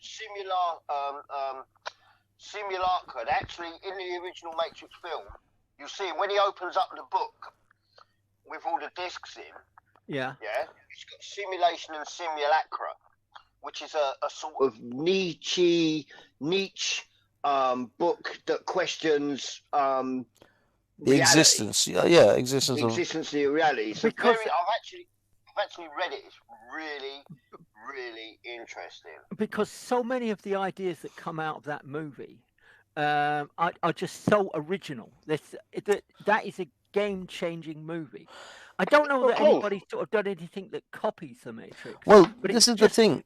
It's streets ahead of everything else that was made before. Well, no, actually, this is the thing. It wasn't original in the sense that the concepts were original. The concepts were not original. Nobody had ever put it in that form and in this sort of movie, sort of made a live action movie out of the concepts of. Are we just a jar in a? I mean, I know people who would argue about us being just simply a jar in a container connected to a machine. Like in the 90s, people were arguing in these sort of esoteric sort of concepts. Saying, but actually, to get somebody that sat down, right, and like a superior intelligence to sit down and say, okay, what does that mean? It means bullet time. It means Agent Smiths. It means. Have you guys watched Animatrix? Animatrix, You mean the Matrix? Yeah. These were all the backstories. But that was made afterwards. Yeah. That was after the third one. That was, or I don't know if it was in between the second and the third movie. So the Animatrix came out. It was before the second movie to give you an idea of how the Matrix came about through. AI becoming relevant, and they blacked out the sky to deny robots and AI their solar power and it was fascinating. The Animatrix is one of. But do you realize in the Animatrix, it actually because these were like multiple different mini movies or mini sort of video films, and in one of them actually it explains that what happened when the AI emerged, the singularity, and the robots or the artificial lives tried to get along with human beings, but human beings just, there was something There's something in irreconcilable us which between won't them. allow it. Yeah, Won't and reconcile. the We what can't. happened was that the AIs actually tried to separate themselves from human beings. They actually isolated themselves on this like desert island type of thing. But the Yeah, human beings Iraq. continued to attack It them. was it was it was called the Renaissance. Yeah, Second Renaissance. that's it. That's Yeah. exactly it. And then but the human beings just continued to attack them, and wherever there was AI in human sort of societies, they would be persecuted heavily. But it's my understanding that those movies, those short movies that were made, Mm. they to generate the two sequels, they actually had a whole load of new software that was created for the second and the third movies, and they had all this stuff, and they used it to make those sort of extended trailers, if you like. Yeah, I mean the thing is, this is the They craziness used the of the software Matrix. from the movies to make these sort of things. Yeah, but the movies don't just end in the movies either. I mean, the Animatrix, gives you some backstory and certain other aspects of the story. Like, for example, the very first message that the ship sort of gets, that the robots, that the Sentinels are digging to Zion. There's a whole Animatrix segment about that, and the first ship that discovers that. But it's not only that; the movies carry on into the Matrix game. Did any of you guys ever play the Matrix yeah. game? Have you Enter seen the the Matrix. latest one? Have you seen the latest one? Oh yeah, no, this is Yeah, this that's is with, That this is is with fucking amazing. yeah, this is with the new what do you call it, Unity. Unreal Engine 5. No, I'm not talking about that. I'm talking about, there was a Matrix game that came out at the same time as the second, I think, between the second and the third movie, which actually connects to the movies. It's related to the movies. If you actually haven't seen the game or played the game, you have missed certain aspects, especially with Niobe's story. And in the game, apparently that's where Morpheus dies. And so, yeah, that's where Morpheus actually dies. And that is, I think, it's after the third movie. Because in the new one, Morpheus is already dead. But actually, he dies, apparently, at the end of the game. And so that's how this whole thing sort of. But the thing is, in the new movie though, they do. Niobe says that Morpheus became or was elected as the Supreme Chancellor or whatever for a long time until he actually died. So it's kind of conflicting. Can I say something about that? Lawrence Fishburne's character, right? Because people are like, "Oh, why aren't you in it?" And he's just sort of like, he just didn't want to do it. He's a fat old man now, But isn't what's he? interesting is if he did do it, he basically would have played Niobe's scene. That would have been him. Yeah, he would have been talking the to old. But even they though he's basically already like repeat the 100. movie, don't they? They Yeah. just repeat the Matrix, don't Yeah. they, in this one? Oh yeah, Well- they reboot the Matrix. Like No, yeah. but it's just a repeat of it. This is just a It's a remake. lot of nostalgia, a lot of It's a callback. remake of the Matrix. They do a lot of callback, and it's a massive nostalgia trip for those who were fans of the first movies. It is true, and I'll be honest. This is what my review was saying: is the Warner Brothers had basically told the Wachowskis, "Look, we're gonna make this. We're gonna give it to some hack fucking director to do it. If you guys don't get involved with this, we're just gonna make one because this is a cash cow, and we wanna milk some of this." Cow a bit more. Want that money goodness? Yeah. Exactly. And so the Wachowskis knew that they don't have a choice in this.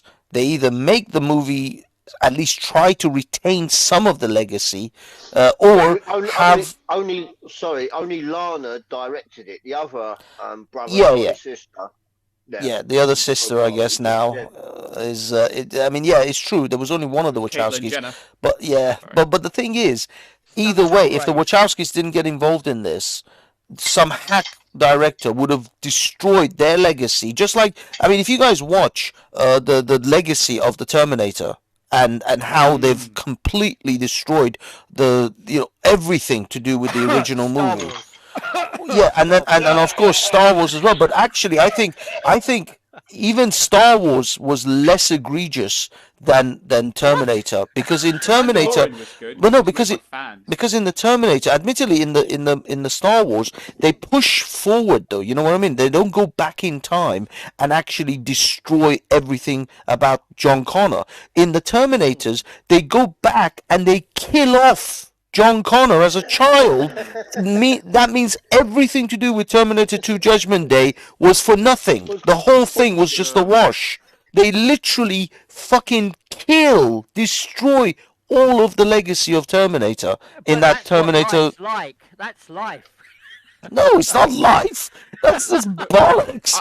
I think the problem with these sort of concepts is the fact that there's so many Terminator comics that they can still draw from. Like, what I don't get, and I'm sorry, I'm really fucking confused to why they didn't elaborate on Christian Bale's Terminator and do another 2 more Terminator films and then end it, and then finally end it. Instead, they just sort of went, oh no, we're just going to go back in time. Money. Because this And is all money. money, I know, dude. yeah, I This know is a money, cash but, like, cow. They could have put Arnold Schwarzenegger in the other, because they did what was it? Well- What's the one with Christian Bale? It says Terminator.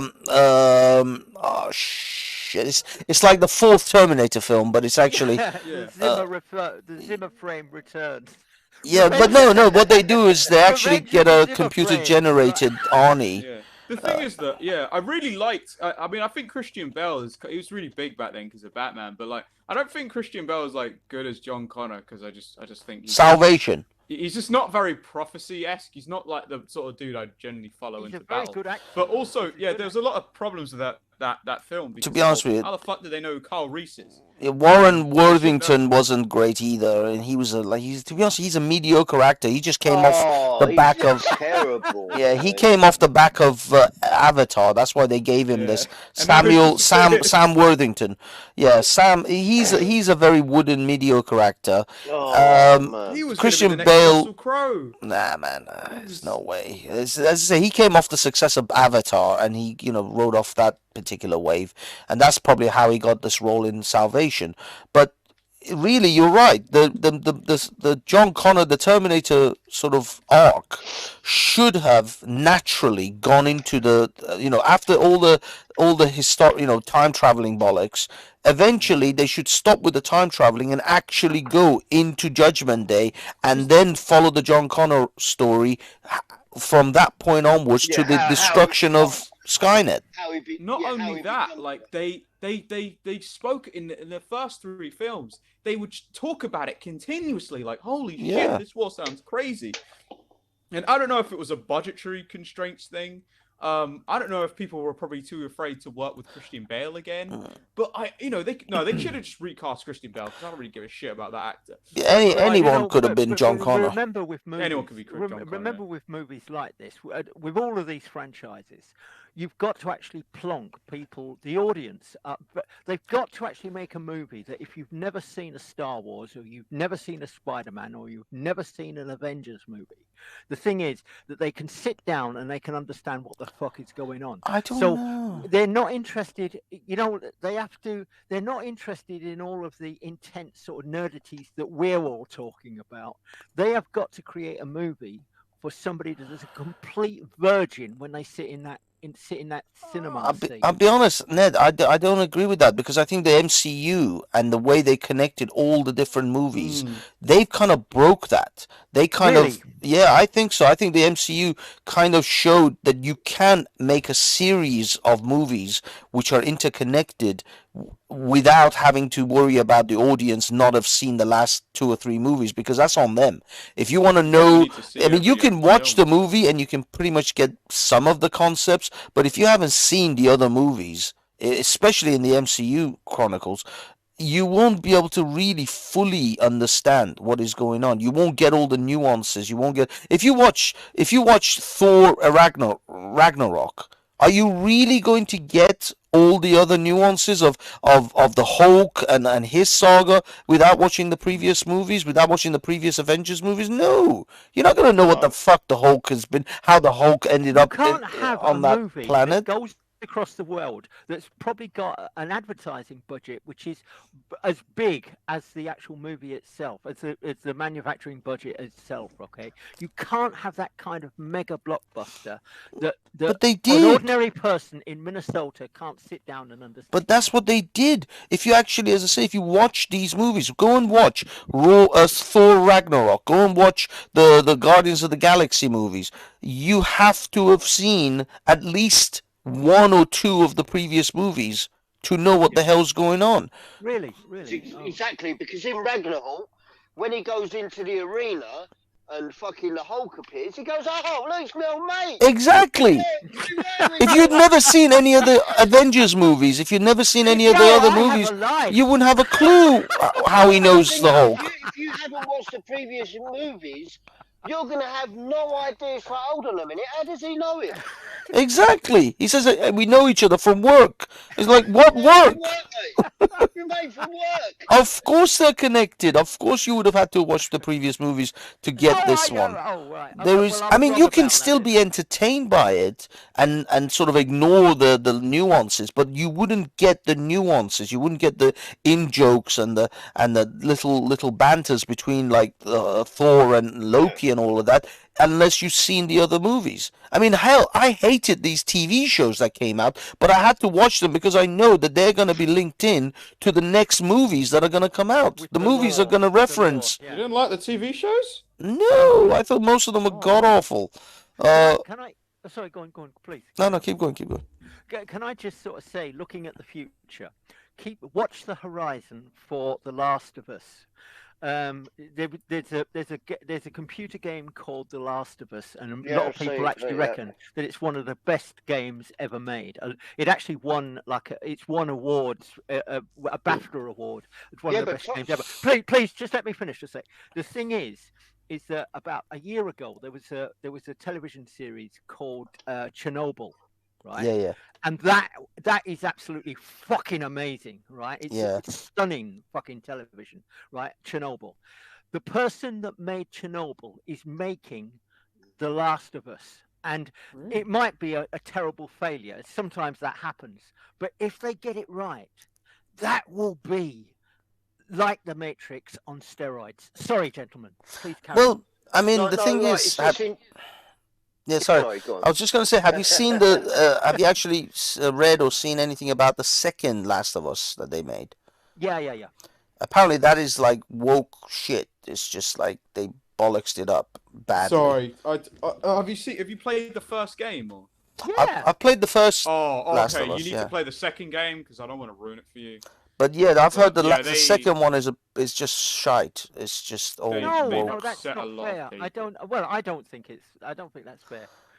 But look, the point I was actually trying to make was that Hopsky was making a point earlier about some movie where he said, "I'd like to see like the Earth when it was after it had been harvested and the whole of the world was a complete shitstorm. It was a terrible place, completely dystopian, broken, smashed Earth, right? No, but that's what you're going to get with The Last of Us if they get it right. No, but Last of Us is a zombie survival apocalypse. It's not a anything to do with Jupiter Ascending. Because in Jupiter Ascending, when they harvested the Earth, or they harvested that planet called Xanax, it was like everyone just disappeared. Exactly. Oh, sorry. Yeah, but I thought the world was broken. No.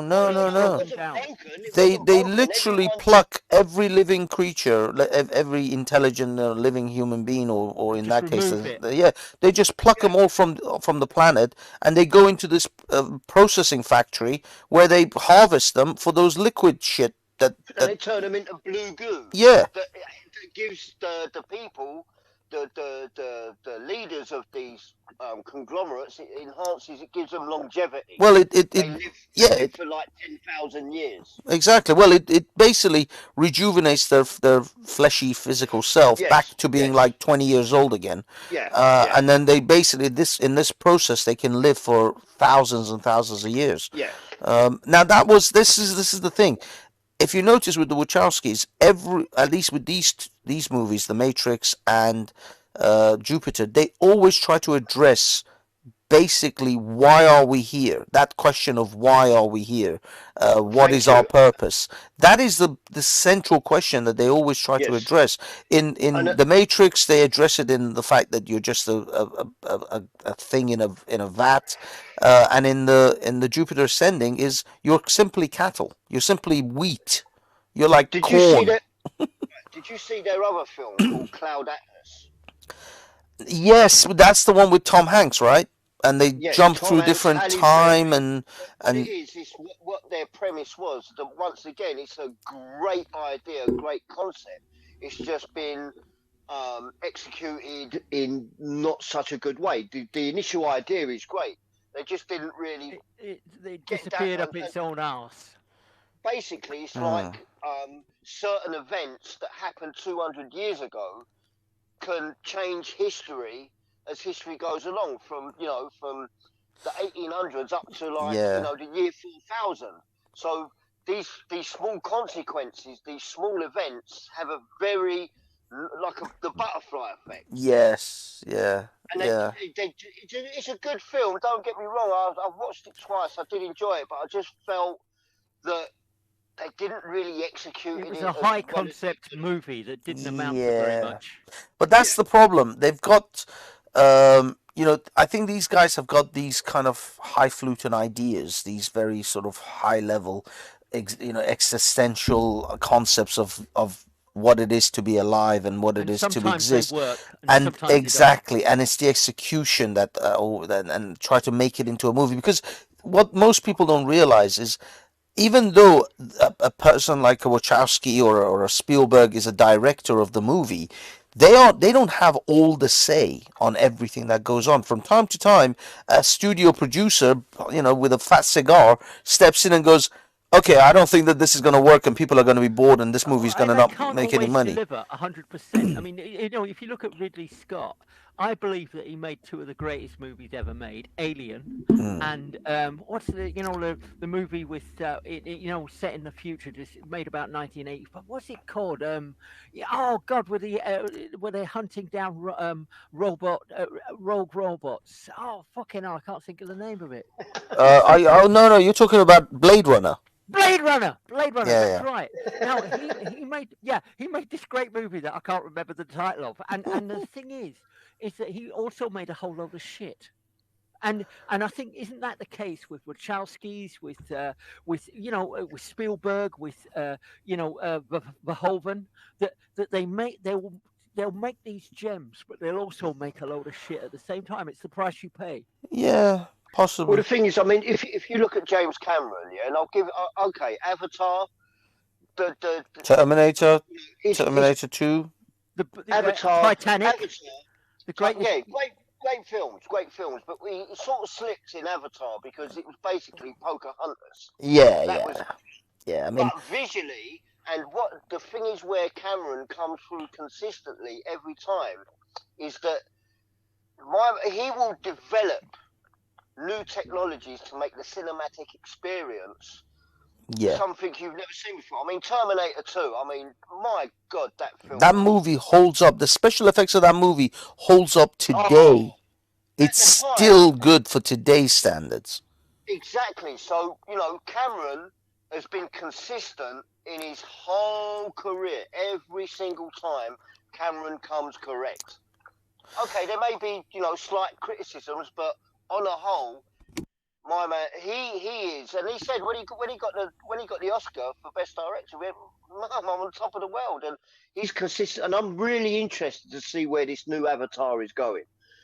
I'm really interested to see what kind of technology they've developed. Apparently, they're now you're going to be able to see the film in 3D without the use of glasses, That's which interesting. I think would be fucking phenomenal. I I mean, wonder if that's I good for remember. your eyes. I wonder if that's good for your eyes. Well, I don't know how it's gonna work because I mean, I have seen TVs where they were saying that you can watch it and get the 3D effect without having to wear glasses, but you do have to sit almost exactly in the middle of the screen. Like you have to be central to the screen. Now in a cinema, especially a packed cinema, you're not going to be able to do that. You know, some people are going to be curved to the left, curved to the right. Up, So down. I don't, yeah, I Yeah. just don't know exactly how that technology is going to work. But I mean, if they can pull it off, I mean, God knows what magic these engineers are up to right now these days. Or whether that's good for your eyes, or you know, like the trouble is whether that might fuck your eyes up. You know. Well, I mean, it's just sitting watching a 2 hour movie, which is, I don't know how, it's about 2 hours, isn't it, Avatar? It's maybe a bit longer, I'm not Yeah, sure. something like that. But Something like it's that. bloody long, and watching that whole movie in 3D with 3D glasses without a break, which I didn't. I took breaks. Because 3D glasses naturally give me a headache and I feel nauseous. So they do mess with me all the time, and so I couldn't just sit and watch that whole movie without rubbing my eyes from time to time, just to take a little bit of break from it, because of the headache and the nausea. I No, just I just get that with these things.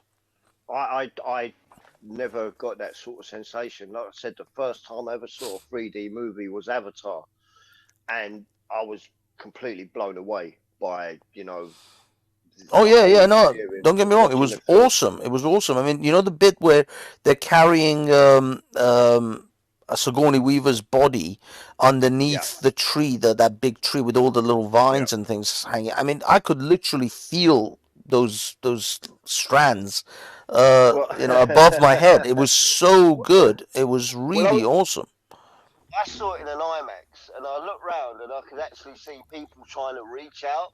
Yeah, that's what I mean. And You could see it in front of you. It was like there, and when they were bombing the forests, the ships, like I could feel the depth of the forest, like the horse creatures and the trees behind this tree that I'm actually in front of was actually falling. So I could sense that 3D. There was the depth perception that was yeah, there. So yeah. no, the movie was awesome in 3D, and it was a brilliant, brilliant film.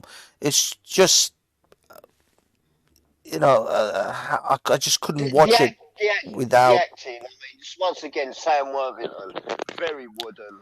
I think he was completely miscast. Well, I mean, I don't know. I mean, he was okay, but I think the supporting actors really kind of carried him. Sigourney Yeah, Weaver, the girl who yeah, played Natiri, all the other yeah. different characters. I think they mostly carried the movie. Zoe Saldana, Yeah, yeah, that's it. and the other guy, the what was his name, Robert Puglisi or something, the one when he's like Oh, the bad the, guy. C, the CEO, yeah, and he picks up the unobtainium, Oh, and that guy. Yeah, he was okay, but actually, the other main military bad guy, he was yeah, like yeah. really good. I can't remember his name.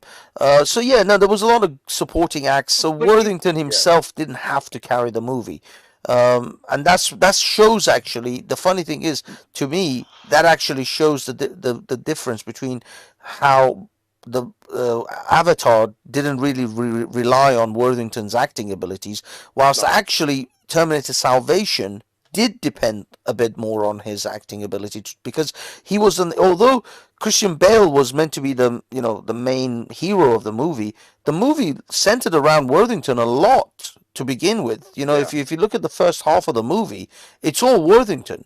It's but all him. another thing you need to consider is that those people are acting in blue screens.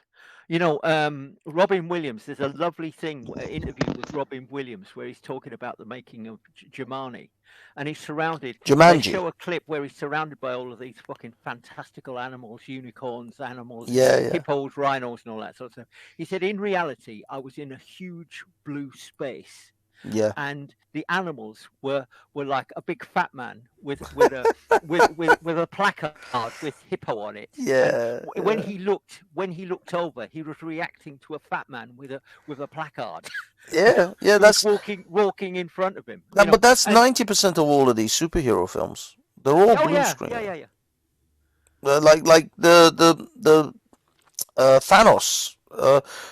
Most of the time, Thanos was just a guy who had this cardboard cutout strapped to his Yeah. back in order to give the height of the no. If you watch behind the scenes, that's what it was. And in fact, even Joe was it what's his name, Bromlin? Anyway, the guy who played Thanos, he was walking around Josh with Brolin. Josh Brolin. He was walking around with the cardboard thing on a stick because Thanos was actually like 7 foot tall. And the guy, I think he's like, I don't know, 6 foot tall. So they had to like add the extra height in order for the actors to, get that eye contact. And he was wearing all this motion capture suits and stuff like that. But that's how it is with these modern day films. There was But the thing is, Oh, sorry. Let me just get this out. There was a scene with when they were making the prequels of Star Wars, the prequels with Ewan McGregor as Obi-Wan. There was supposed to be a whole bunch of scenes of them in a submarine, like going in through the waters and stuff. And Ewan McGregor literally asked George Lucas, "So are we going to be in submarines?" He said, "Dude, do you know we're acting, right?" No submarines. It's all green screen. That's the thing. Is like no. right? Well, this is the thing about the next Avatar film. The thing is with Cameron, what they've done, a lot of the motion capture was done underwater in massive tanks. Oh. So basically, what they've done, I mean, have you seen Alita Battle Angel? Yeah. Right, there's the part where she jumps off the cliff into the water and makes her way to the old Mars ship. Oh yeah.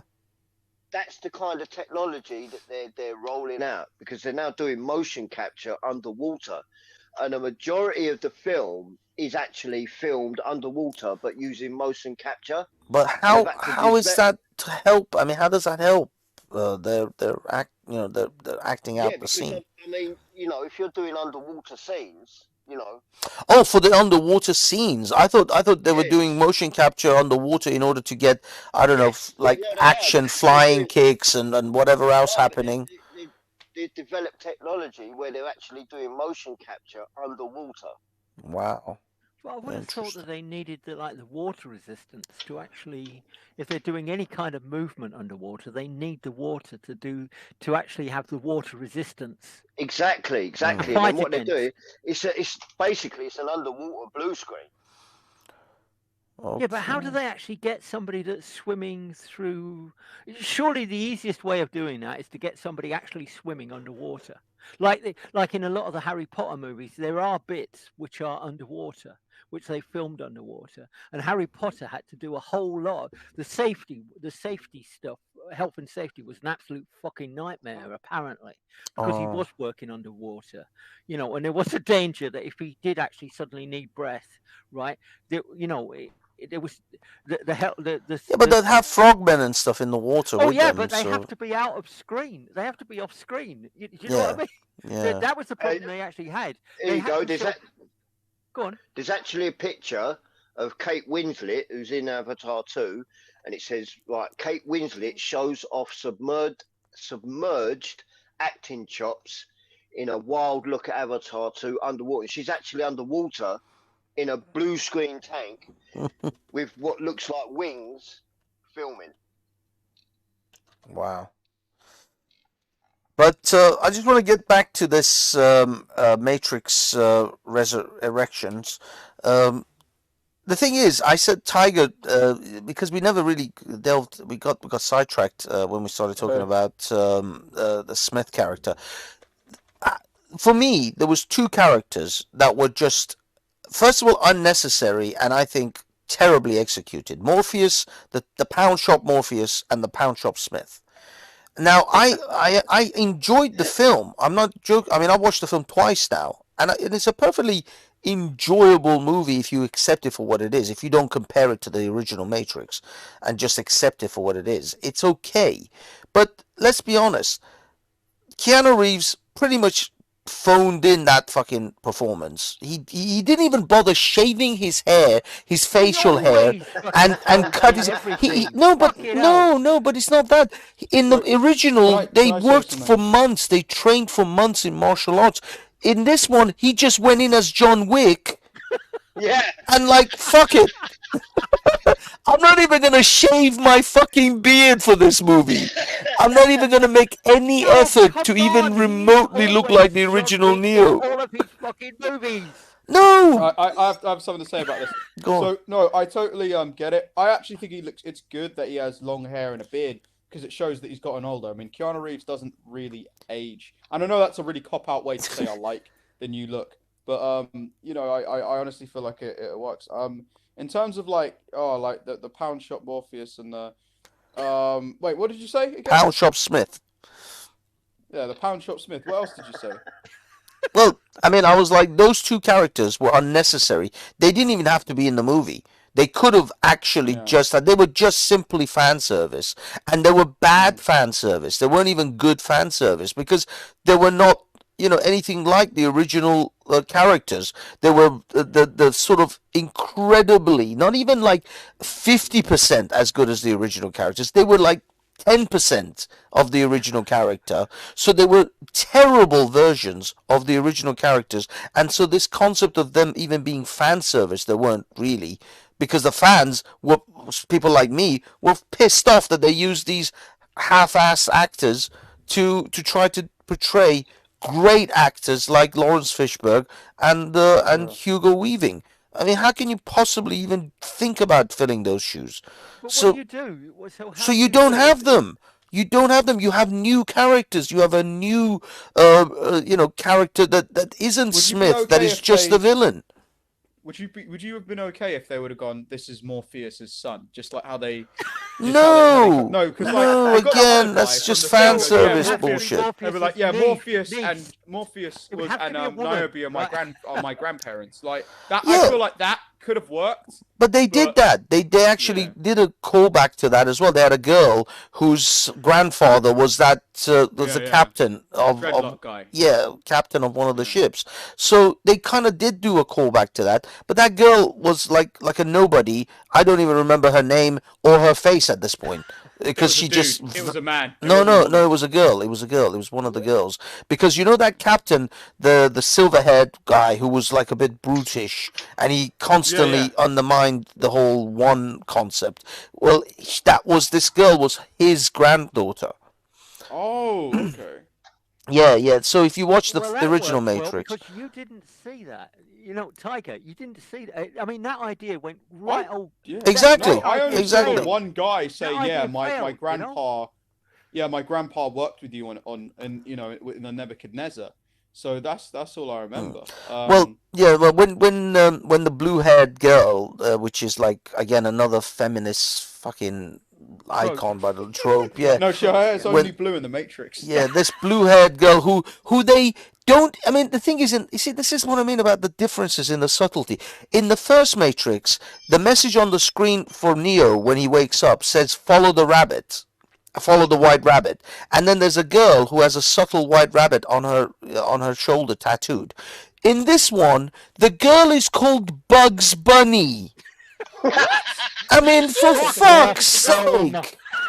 The girl is called Bugs Bunny, and she has a fucking rabbit tattoo on her arm, and it's like, Fuck off, Phil. yeah, exactly.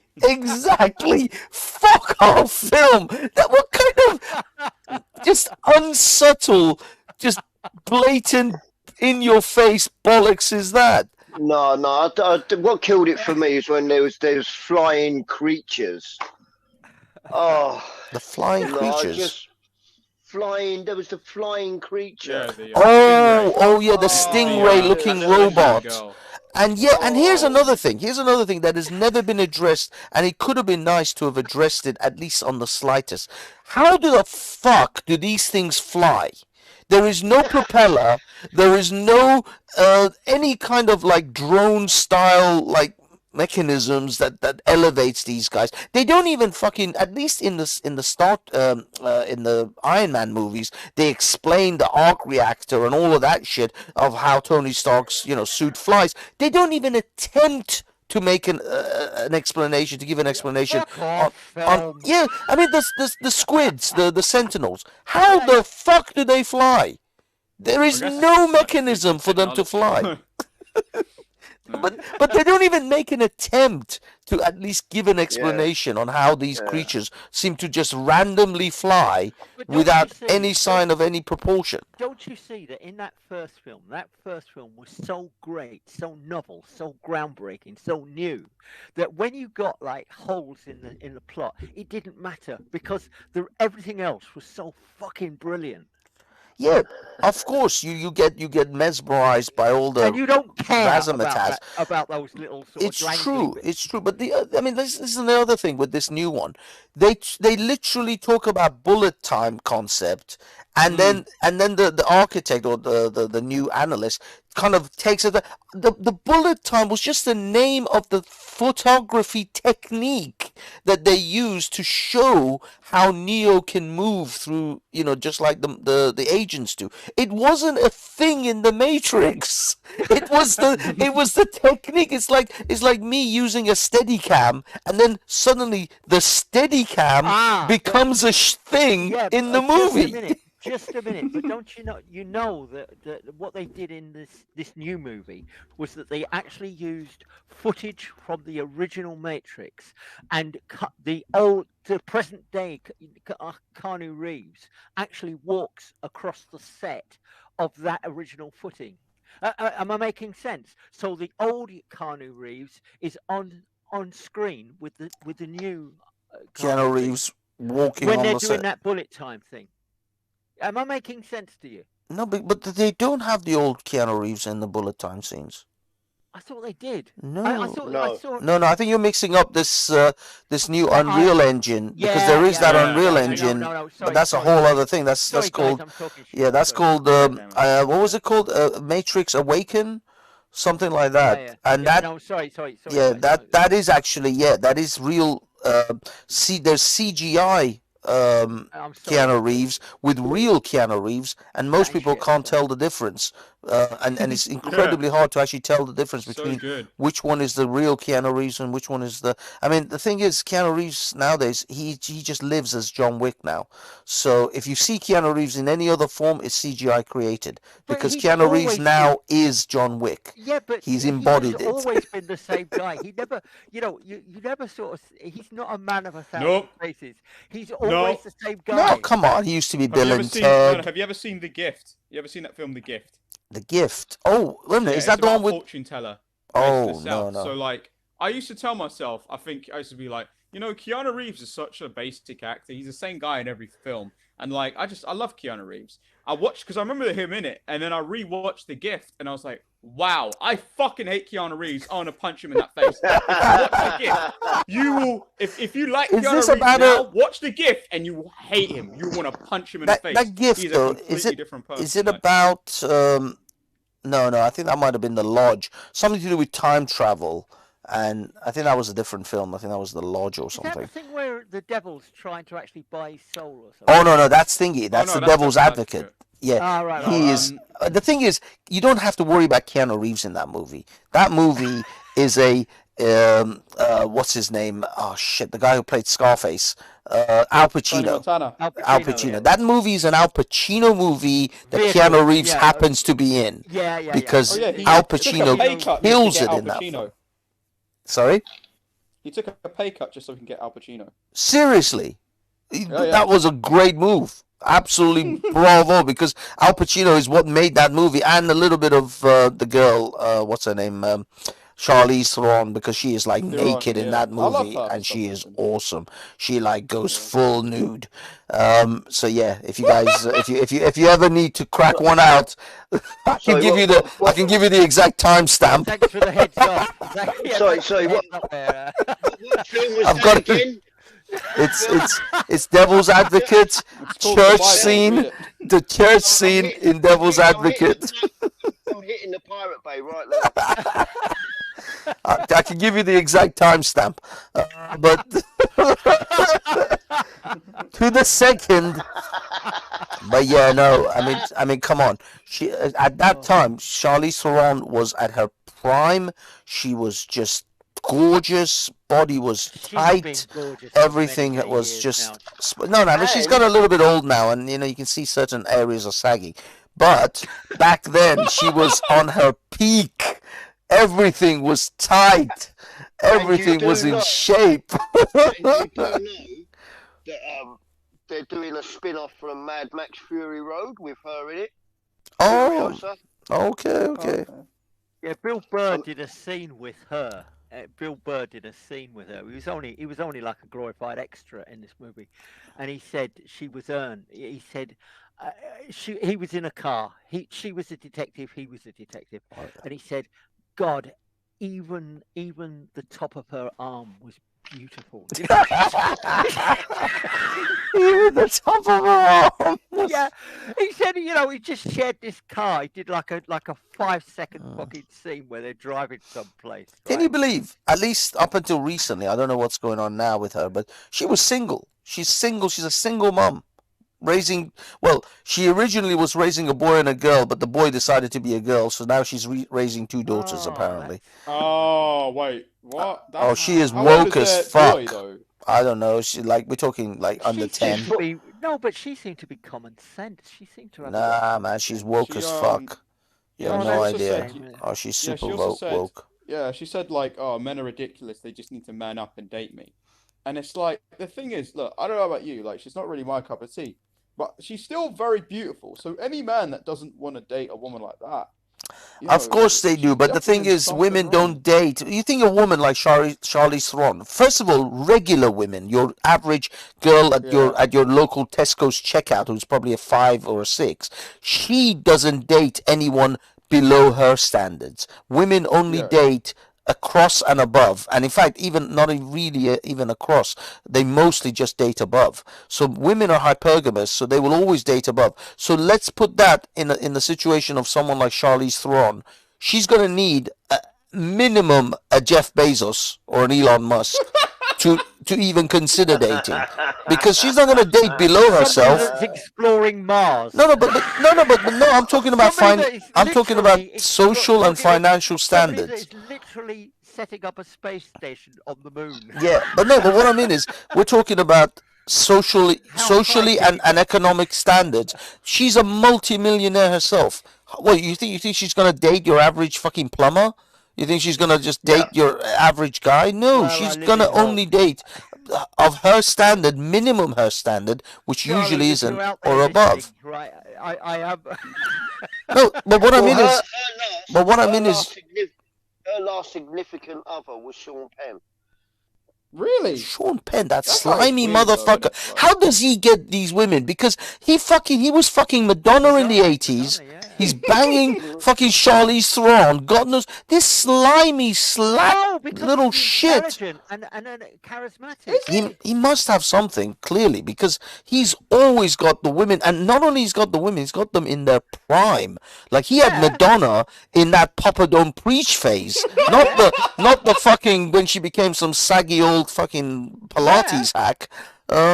So yeah, he must have something, because look. All right, listen, I'll tell you what, man. My man has been dating some very beautiful women, man. Madonna, Robin Wright, Layla George, and then Charlize Theron. He must have an enormous cock. There's got to be something. He doesn't look like he's got an enormous cock. It's got to be the nose. No, yeah, it must be, he must have a phenomenally large member. I don't know. I don't know what it is with that guy, but with a nose like that, I guess he can give some really good head. I don't know. Maybe it's his connections to fucking Pablo Escobar. Charismatic person. He's a very intelligent person, and he gives. They like him. He's got something.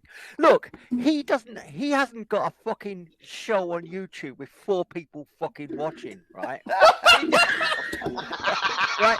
Let's get fucking Clearly he's not that famous. You fucking losers, right? Fucking slagging off Sean Penn, you fucking losers. Fuck him. I have 4 people watching my show. Oh my god, it's true. It's literally true. I just checked. He also had a. And I think it's us 4 that are watching this fucking show. It's the panelists who are actually the ones who are watching this fucking show. Holy Yeah, shit! no, I'm terribly sorry, everybody. This is probably my fault. I am fucking live stream fucking poison, right? If anybody No, sees no, it's this not you, game- man. No, it's I not you. just It's don't live me. stream that often. It's not you. It's me, Ned. No, Hopsky. It's all right. It's all right. It's all right. We just jumped to 6. Let me get my other accounts on. Yeah. It's all my sock accounts. Yeah. If you've got anybody that's just come back from church, just get them to log on, please. Oh, fucking hell. Holy shit. Evening mass. 6 people. I'm not exactly a threat to the other YouTubers on this channel. Or Sean Penn, right? Yeah, or Sean Penn for that matter. No, But I'm impressed. I did hit the like button to like help the YouTube algorithm. Yeah, smash that like button, you 4 people. Fucking hell. Fucking hell. It's embarrassing. It's fucking embarrassing. 4 people. But it's okay. It's okay. We'll soldier through. We'll soldier on, don't worry. Maybe next year we'll have 10. Yeah, I'm working up. I'm working my way up to that. I used to get decent numbers. I used to get like 30, 40 people at a time at least. 5 I think I must be. It's because I haven't live streamed for such a long time. Most people have just like fallen off the habit of just Yeah, like but the thing coming is, onto this. I'm subscribed to your channel and I didn't get a notification. You didn't. You Yeah, didn't me neither. Yeah, it's YouTube, man. It's fucking bastards. Yeah, they're weird like that. They don't give a shit. They just fucking lock Well, you it's out. probably Disney. You know, like Disney has probably put the VOO on you because they knew that this was they knew You're that there talking was smack about them. Yeah, Yeah, yeah. clearly Disney is threatened by this fucking by phone this calls channel. made, right? Yeah. Obviously, like somebody at Disney, right? That woman in charge of Disney obviously phoned up whoever's in charge of Google, Yeah. right? That Linda, whatever her name is, and sort of said, this live stream is not happening. Okay. Lock it down. Lock it down. Just send him to the bottom of the barrel. Apparently there was like maybe a few hundred watching. It's just Disney's decided all the people that were watching suddenly got disconnected from YouTube, and then they had to reload YouTube, and then when they did, there was no stream. The stream is gone. I'm not joking. These fuckers can pull. You can pull off shit like that. I'm not even remotely joking. You can actually pull something like that off, where you would throw people off, and then when they refresh the page, that stream is gone. It's no longer available. Do you know it'd be really cool if like Mr. Beast was going through like, right, I'm looking at all the people live streaming now on YouTube, and the people with the least viewers are gonna get $10,000.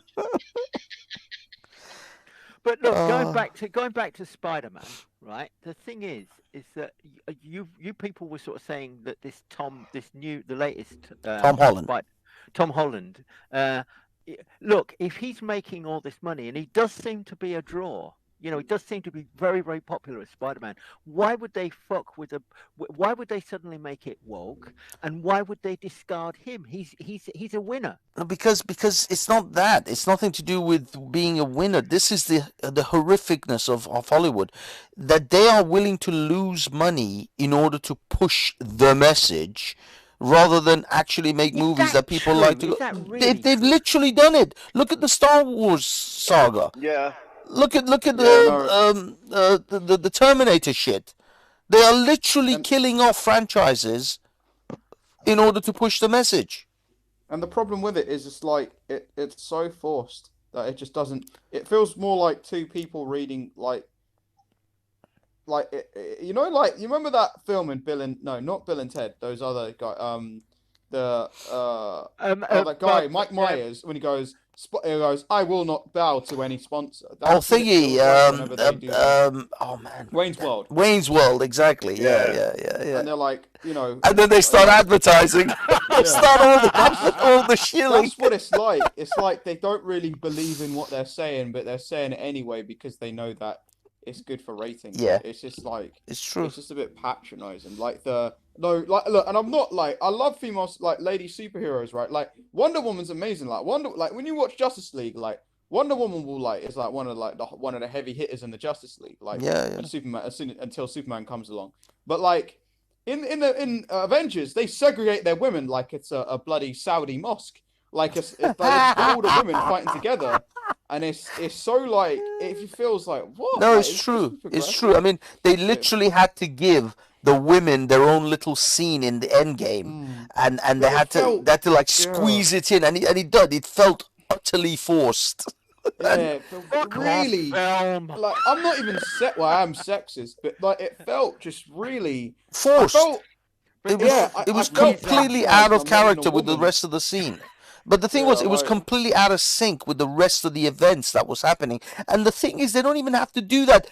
Captain Marvel is so fucking overpowered, is yeah, unbelievable. I mean, that's why they had to kind of cut her out of the end game, because if they had her in the whole movie, it would have fucking ruined everything. There's no consequences. She literally would fuck everyone over in like 2 seconds. She could kick all of fucking Thanos' army by herself. she could That's have how. used the fucking Infinity Gauntlet herself and snapped everyone out of existence. Yeah, no, she That's would what's weird. literally grab Thanos, snap his arm off with the gauntlet in it, and rip it off his fucking shoulder, and Beat just. him up with it.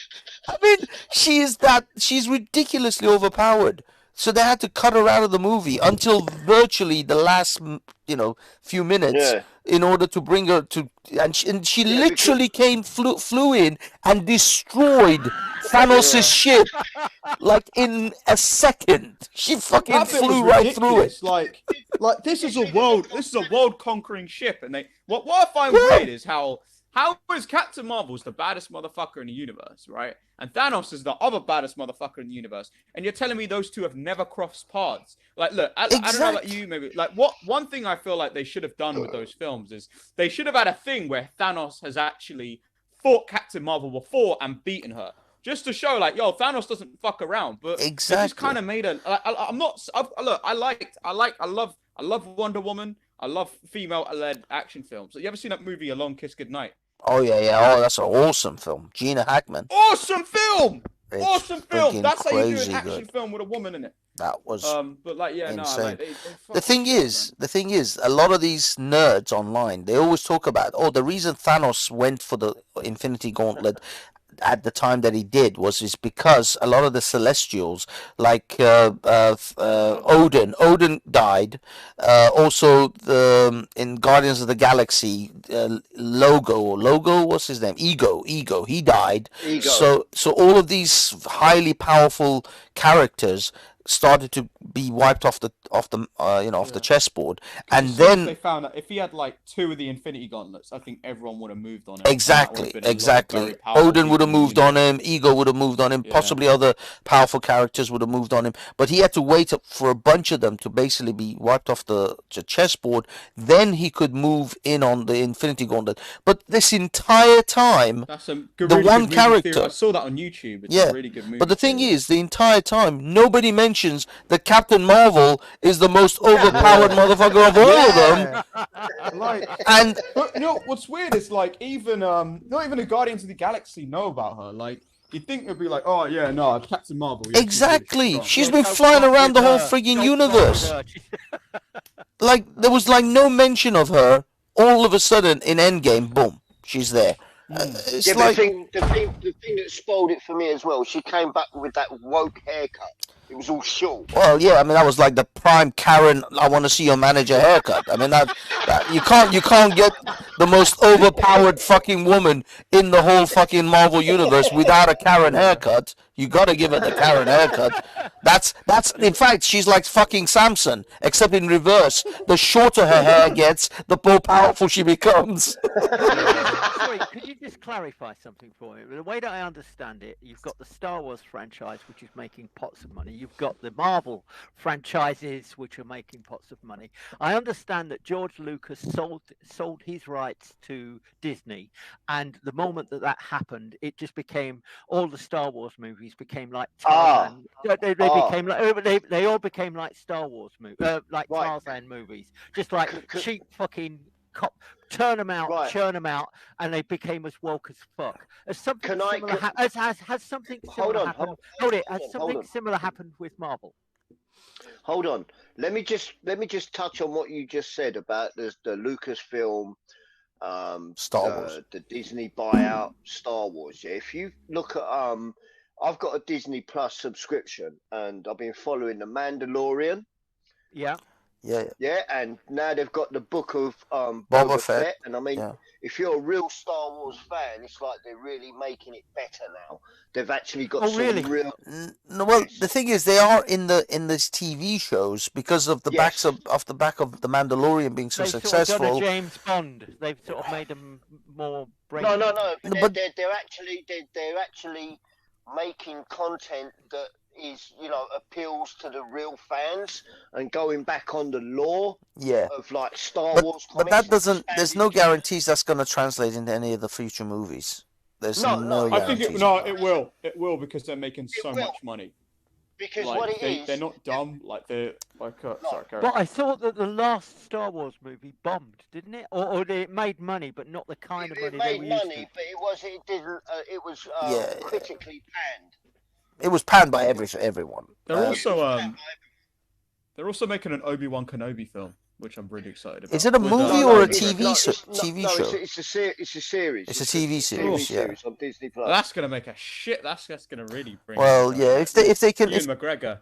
if they can capitalize the way they did on the Mandalorian, then and actually stick to some of the original Star Wars kind Yeah. of lore, then probably. But if they woke it, then no, it'll be No, fun. no. It's far from woke. I mean, if you followed the Mandalorian and now Boba Fett, the Book of Boba Fett, the second episode was on Wednesday. That was epic. I've actually watched it 4 times, and I've been a lifelong Star Wars fan, and it's the people behind it, the writers, the directors. They aren't these fucking. I don't know these woke directors. You know that woman who took over to Yes. was this Susan Wachowski or is this something else? No. No, I think that's the YouTube woman. No, but what it is, they're actually now making content that is true to proper Star Wars content. And if you followed Star Wars like Rebels and Clone Wars and all of these great series, it's all actually tying in, and it's giving the Star Wars fans the hit that they need. Do you know what I'm saying? They're staying Oh, true. Kathleen to Star Wars. Kennedy. Kathleen Kennedy That's it. Oh. is that woke fucking. Yeah, but the Head Monster. of Disney. Head of Disney. Well, she's the head of Oh, no, Lucasfilms at Disney. Oh, right. So she's effectively the top person at the moment for the whole of the Star Wars sort of IP, Yeah. and she's what been Lucas- systematically just shitting on it all. No. But although she's still the CEO now, do you know John Favreau? He played Happy. Yeah. He's the one who did the Mandalorian. The Mandalorian he's in charge of these new Star Wars shows. And it's working. It's working really, really well. The Mandalorian was fantastic. Yeah. You couldn't have asked for a better fix. And now what they're doing with Boba Fett is even more epic. And it's going to get Okay. even better. And this is what I'm saying. If you're a real Star Wars fan, this is what you want. And the films didn't give the fans what they wanted. Yeah, no, the film's just completely shat on the whole Star Wars lore. But And- what you're describing is the tail wagging the dog. I mean, with all due respect to the television series, it's the films which are the product. Exactly. Yeah. This is what I mean. I mean, what Hopsky is saying, or John is saying, is that given the success of The Mandalorian and potentially the success of Boba Fett, this will then encourage the heads of Disney to either ignore Kathleen Kennedy, or I mean, I think they're gonna slowly brushing her out, because I think they're trying to actually get rid of her because she's effectively destroyed the Star Wars IP, and she made nothing but losses. All 3 of these films, apart from The Force Awakens, the next 2 Star Wars movies just bombed. and they didn't make any Is profit that from true? them. Because sorry guys, but I heard that it bombed, and then it turns out when you look that they recouped their money. They did actually go into the black. They made a profit, but not the kind of mega bucks that they were expecting. No, Exactly. no, but they basically made box office money off the back of the actual title Star Wars, because people were going in thinking, well, maybe you can fix the mistakes you did from last time. Yeah. And when people went into the cinema, they found that there was no fix. There wasn't. The fans weren't getting what they wanted. You see, the main thing is with these Star Wars types films and a lot of these kind of films where fans are really invested, the Star Trek, Star Wars, Indiana Jones, these kind of franchises have rewatch value. So a single fan doesn't just go and watch it once. They go and watch it like 6 times. Thank you. And Thank you. Like, they don't get Rogue that One. with these Star Wars films. Rogue One, which was have you seen Rogue One? Yeah. Like a spin-off of the Star Wars. Yeah, it was like the story behind the Death Star plans. Yeah. Once again, it started off a bit slow, but towards the end, they nailed it. They completely nailed it. And the best scene in that film was when Darth Vader was going down that in the corridor. just mauling. Yeah. That was like Vader unleashed, and that's what people want. They want to see that kind of direction and that kind of storytelling. And it was that film, that Rogue One, grossed over $1 billion, and it's also a very good film. Yeah. Rogue One was okay, but then they did Han Solo, which was bollocks. What else did they do? They did another offshoot as well. I forgot. But guys, are we not talking about there's this divide? It's really interesting because I sort of read something about this that the perception is if you ask one half of the fans, they say exactly what you have just been saying. But there's another half of the fans that actually think they're very happy with the fact that it's gone woke. I'm not being devil's advocate here. Who? Apparently, actually, don't wake him up. Holy shit. No. So, all right, carrot finish. Sorry. No. But I understand. It's quite interesting. This is quite an interesting phenomenon. But I believe it's a bit like politics. It's a bit like the political divide in America. Half the people in America think that Trump is wonderful. The other half think that Trump is terrible. Half people think that the Democrats are okay. Half absolutely fucking hate them. There's this polarized split, and I understand that that's pretty much the same with Star Wars, that there's lots of girls, women, females that are watching Star Wars and they're loving the fact that it's become woke and that it's become all lovey-dovey. Am I talking shit? Yes. With respect, you are. The thing is, no. So No respect. Don't have any respect. Go on. No. Look. Star Wars, regardless of what you might, has always been woke to a degree. Princess Leia wasn't a fucking. Oh no, she had a gun and she was capping stormtroopers like it was nothing. Yeah. Character. Right. Same thing, Natalie Portman, when she's, what do you call this? I call this aggressive negotiations, as in capping motherfuckers. Like, it's always had, like, so, I get where you're coming from, but Star Wars, like woke and non-woke love Star Wars, right? But people are pissed off because they had this idea, I don't mean to be, I feel like the first, whatever the fuck one, was Force Awakens. The Force Awakens was a piece of shit. The one after that was even worse. It didn't even make any fucking sense. The Last Jedi. Last Jedi? Oh, Luke Skywalker randomly decides he wants to kill Kylo Ren. What? Why? What? Because he's strong? It's the stupidest shit I've ever heard. Left or right, fucking transgender, non-binary. No one gives like it's a stupid story.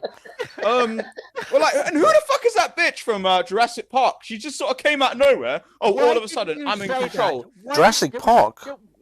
Yeah. Sorry, The purple bitch. Oh yeah. Just a second. I need to nail Tiger here. Look, just a second. I understand that you go to Speaker's Corner. You're a prominent figure at Speaker's Corner. I understand that one of the leading characters of Star Wars was at Speaker's Corner. Why didn't you confront him with this?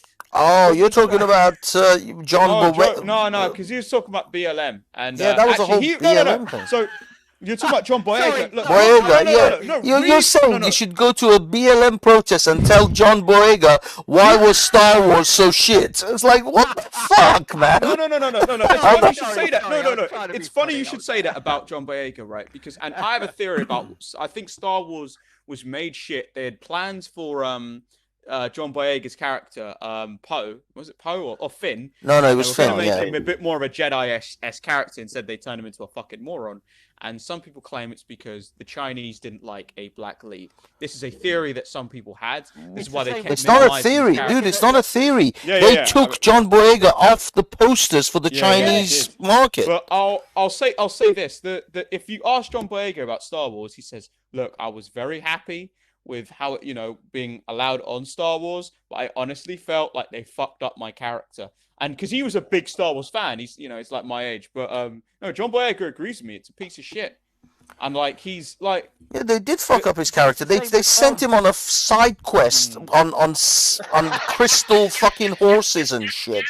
yeah. At that bullshit casino. I mean, like, what? That whole It also- thing was look- just complete Yeah, bollocks. but, It listen, also it was- doesn't make sense. The whole thing, like the whole, where the fuck did the First Order come from? Like, what planets do they occupy? How are they getting any funding? Yeah, How are they hold up. managing to Hold- recruit stormtroopers? Another thing, how are they called the Resistance when they're literally part of the government that's actually in power? Shouldn't they just be called the New Republic? Exactly. Like, it doesn't make any fucking There sense. is no resistance. The How resistance is it fucking resistant to won. what? They are the Like, fucking authorities now. You need to actually ask in the first Star Wars figures, in the first Star Wars movies, I believe there was only one black person in it, and that was like in the third movie. Which Oh Yeah. no, there's about 2 black people in the entire. Yeah, Yeah, because that was yeah. actually a But- joke in Family Guy well, where he actually 3 said, where are all the black people? Yeah, but the Well, thing 3, is, the thing no, is, in there's these 3 types of black people if you movies, count Darth Vader. But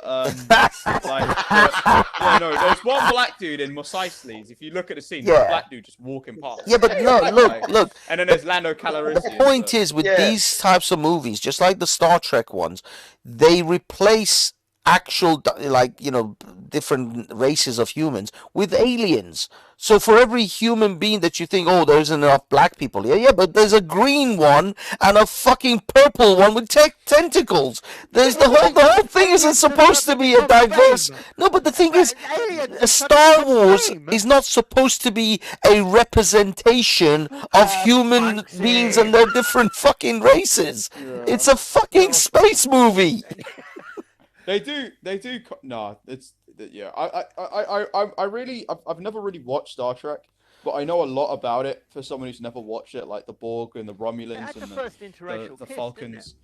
Yeah, But, yeah. yeah, like the whole thing is like I think Star Trek is like very much like oh wait, this is what we're gonna be. Like no one's gonna care about race in the future. Like like we're gonna have a super utopian like future where like men and women are like it's very It was God, ahead of it's- its time. It was yeah. actually. I thought it was quite good. It was quite noble, wasn't it? Yeah, but the Yeah, thing it is, with was Star noble. It had Trek, good unlike intention. Star Wars, Yeah. is a TV show with multiple series where they can explore, things in Concepts different and ideas, yeah. concepts in a much deeper way. In a 90-minute movie where you're supposed to squeeze in love stories, a human connection story, plus a whole bunch of Universe and actions, everything, and yeah. you can't. So Star Wars naturally would have been a very different environment, different world building to Star Trek. Star Trek can, and did address real world issues, like But there they were had no the black first people in the interracial early kiss. Star Wars, was there? I mean, apart from Yeah, there was but no- There were, again, like, two. Yeah, but this is two what I'm black trying to people. say is that Right. Star Wars, when you go to somewhere like Mos Eisley, it's not supposed to be a representation of fucking Earth. Yeah. It's a space fucking movie with aliens You and guys think about tentacles. you guys hear about like the that guy Anakin? It's funny because I mean Anakin is a white boy owned by well some say a Jewish stereotype.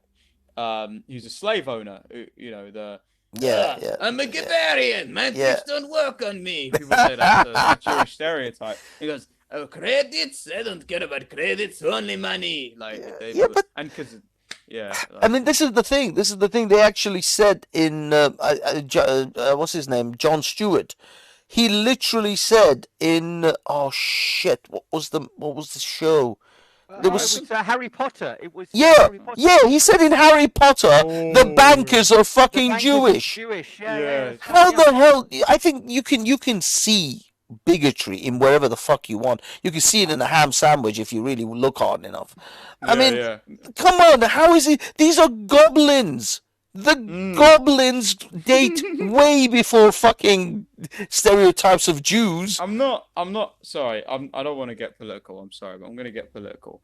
But there are members of the Jewish community, totally normal people, who see one guy criticized. He says, like, I'm fully aware anti-Semitism is wrong and what the Jewish people have been through is terrible. But he goes, but I'm not a big fan of what the Jewish community is doing to the Labour Party.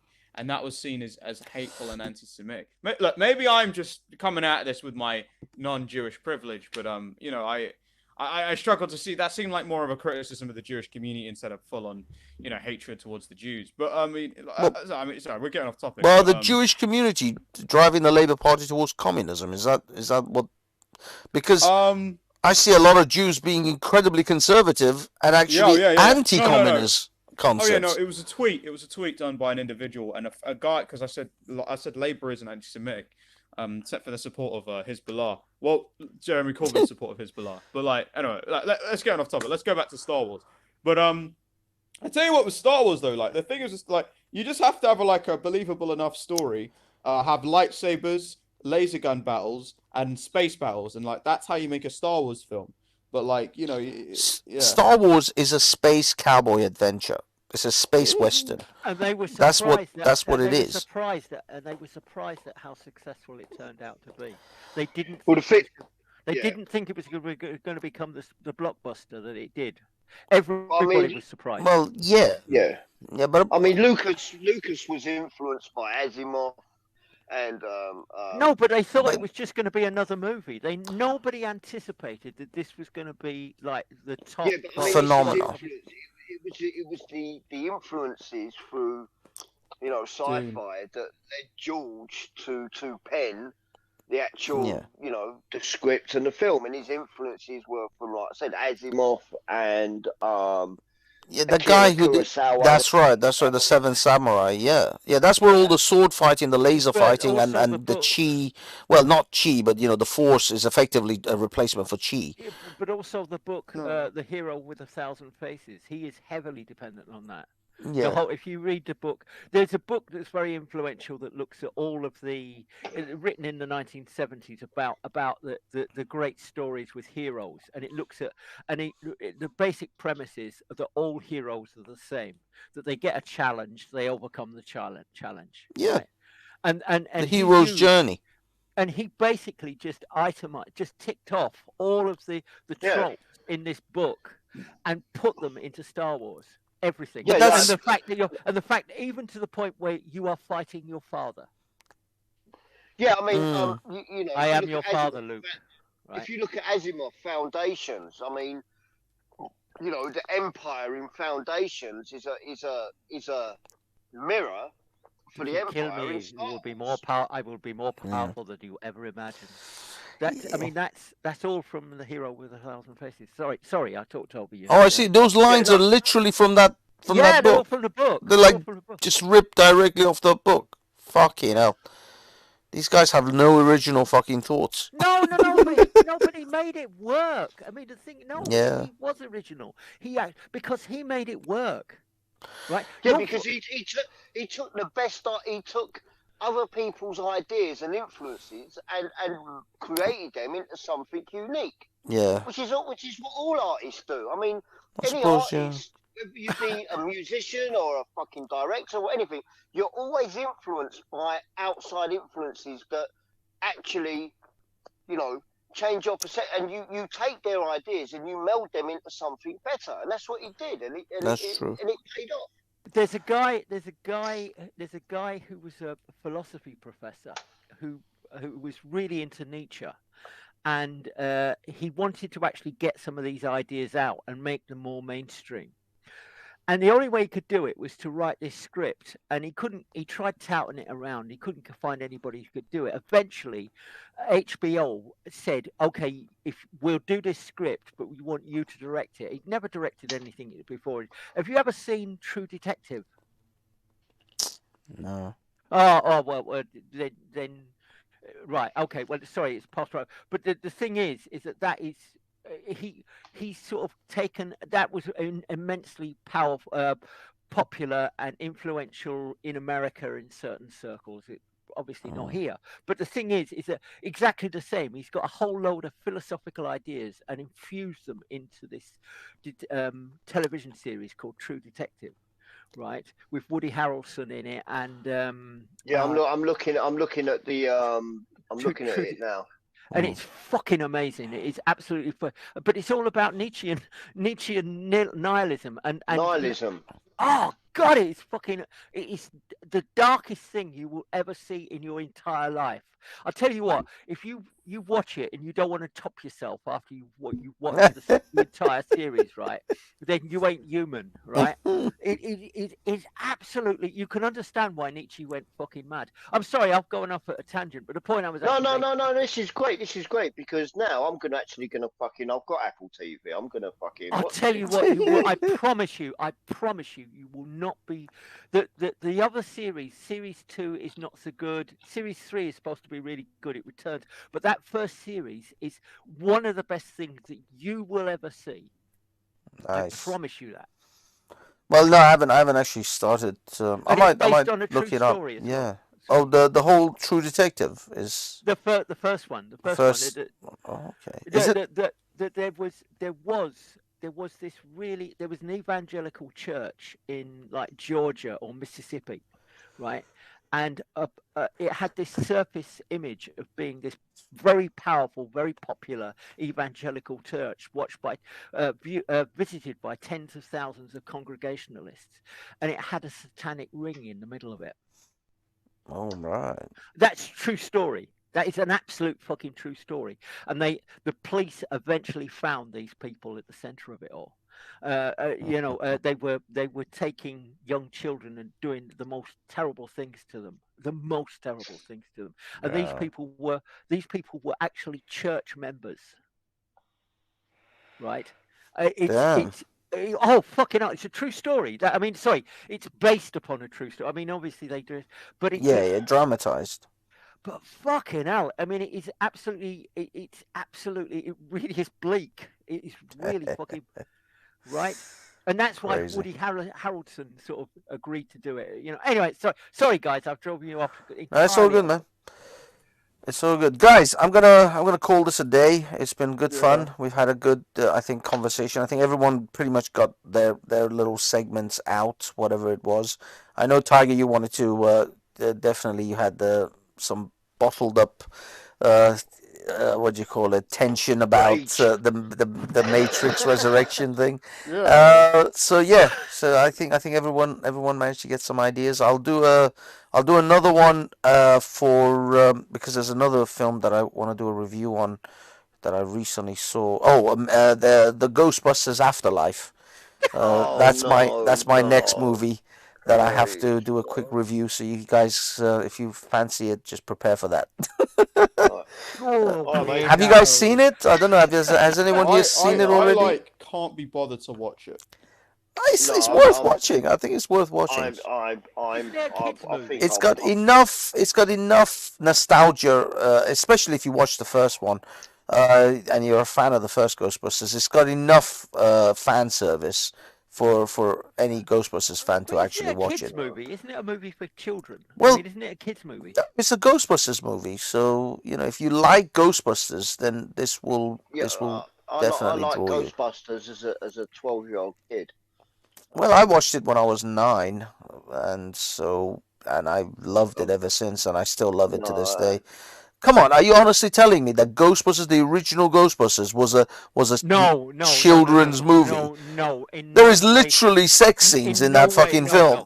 let's show this bitch how things are done in Bronx. Exactly, Let's show exactly. this bitch how things go down There's in no Bronx. way that that would be qualified. I mean, it was a uh, PG. Don't get me wrong, it was a PG because I actually went to cinema, watched it with my mum. Harold Uh, Ramis has filled that movie with some pretty complex fucking but ideas. yeah, hold yeah. on, I hold mean, on. it's got a That was very like dark tone to it. Yes. that was when Sigourney Weaver made my legs go straight. Exactly, exactly. And Sigourney how Weaver about still makes my leg go straight, but back then, oh, she definitely. I mean, the thing is, though, this is the weird contrast in Sigourney Weaver's for me, like as an actress. She's, she's obviously a very attractive woman, but yet I can only picture her as Ripley, and I was not attracted to Ripley in any what? shape or Yeah. form. What? Fuck off! I Fuck wasn't. off! I'm sorry. I No, just couldn't see no, Ripley no, as no, a no, sexually sorry, attractive sorry. woman. No, All no, right, no, you no. know what? You need to review the first Alien and then the second Alien, and Yes. then we can Yeah, talk about sorry, that. just, 'cause- whoa, just a second. There's a bit in the first Alien, right at the end, where she gets into a suit, Yeah, yeah. and she's got like a t-shirt. All she's got is a I t-shirt. know because she was about to go into hibernation, and And so if she's you wearing listen, just underwear. I watched that on like a huge screen, right? The whole screen, like the size of a football pitch, right, was her chest in a Oh, t-shirt, Oh, look. in a t-shirt, and that still stirs me as a fucking Well, I mean, burnt if you out watch, old if you man, watch the right? second, if you actually watch Just the the second image of that, Aliens, right?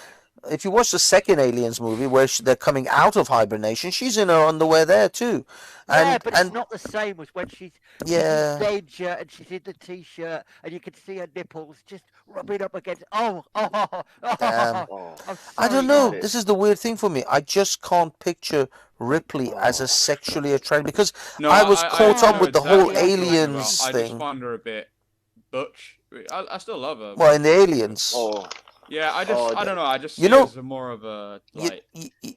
for me, Yeah. you In know the where second- in the Sigourney Weaver second- becomes You know who sexy. directed that second one, don't you? You It's know who James directed- Cameron. James Yes. Cameron. Yeah. Yeah.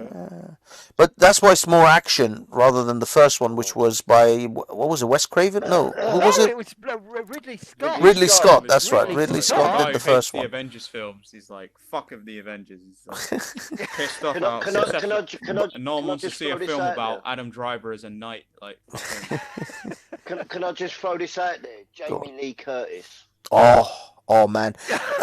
Trading Places. For me, Jamie Lee Curtis, Trading Places, when she has her perfect breasts just out. It was. I can give you the timestamp for that too if you like. Trading Places, Jamie Lee Curtis, perked breasts, just boom on the screen. Yes. No. So, yeah. If you ever want to see Jamie Lee Curtis, if you want to ever see Jamie Lee Curtis in her prime, Trading Places, that was the movie. But one thing I will say, if you want to see, for me, Sigourney Weaver in her sexiest form is in that movie Galaxy Quest. Have you guys ever seen Galaxy Quest? Yes. Oh, Sigourney Weaver is hot in that. As a blonde, I will be all over that. I will fucking destroy it. I will have my phaser set to stun. No. Oh my god, your face is set to stun. Is that a fucking euphemism? I don't know. I just. Well, I was trying to make a penis reference. I have my phaser set to come. Yeah. Can For I me, just make a point? Can I just make a point about the first may. Alien? Can I just make a point about the first? You may. the first about Alien. About the first Alien movie. The thing about that is that she is the star, the hero of that film movie. The alien beats everybody apart from her, and she doesn't have to be some hunky sort of beat 'em up woman. She's a very, very vulnerable feminine woman in that first That's true. movie. And it's interesting that Tiger doesn't like the second one. I'm not so keen. I doesn't like her in that second one. I don't, because she's a different fucking person in that second movie. She suddenly become this hunky steroid fucking No, but she's Arnie not. Schwarzenegger But without a penis. no, I You think know? I think that's a misreading. I think a lot of people confuse Sigourney What, Weaver misreading? with What? Vasquez. No, because I think because a lot of people superimpose Vasquez, who was the true sort of hunky, like, you know, six-packed military woman, with Sigourney. Sigourney in that movie, if you actually look at her, she's still vulnerable. She takes a leader role when they have to lock the place down, but she's still got that motherly instinct where she goes after Newt in the way she does, and she's still. I mean, she's Yeah, to that's me true, the actually, because the yeah. men walk all over. Because the men walk all over her in that. Exactly, at the They ignore her, beginning, and a guy has to show her how to use a gun. You know what I mean? There's a whole bunch and of scenarios. they ignore her in that second movie. Yeah. Yeah. Right, Banksy, this is why I want you to watch that film again and then we'll review it. Which one? Aliens. Yeah, and 1 and 2. Well, yeah, sure, we can go over that. But I mean, what I'm saying is, I don't think she never lost her femininity to that. She was, to me, Sigourney Weaver in Aliens, Aliens Part 2 or Alien Part 2, she was the John McClane of that movie. She was a person out of her depth, trying to get it to work as best as she could, and she still had her motherly instincts. She still had all of her femininity about her. Actually, I think that you're right. It was a misreading. She never lost her femininity. Yeah, A lot of people look at Vasquez, who was the male sort of a woman, as ass kicking as a man, and I think they superimpose Vasquez's character over Ripley. Yeah, no. I think you're right. She is vulnerable. No. Can I just say about the very first space Ghostbusters that Harold Ramis is very, very intelligent, and he wrote the script for it, and it's infused with all sorts of like really good ideas. It would be interesting to see with the latest one whether it has that kind of intellect in the writing, right? When you're watching it, that would be something. If you're reviewing it sort of the next time. And that would be worth looking at. See if it's as intelligent as the original, right? The other thing is that if you look at the original version, it wasn't written for. Do you know the guy that's the character in that, the main character, the main hero? Are you talking about Venkman, Peter Venkman? The one that becomes let's show this bitch how things are done downtown. That's Peter Venkman, and it's thingy. It's Bill Murray's character. Bill Murray. Bill Murray. Yeah. It wasn't written for Bill Murray. That script wasn't written. It was written for the guy who committed suicide. There was a guy that was little fat guy, one of the Blues Brothers. Oh, thingy. Man, his brother as well became an actor as well.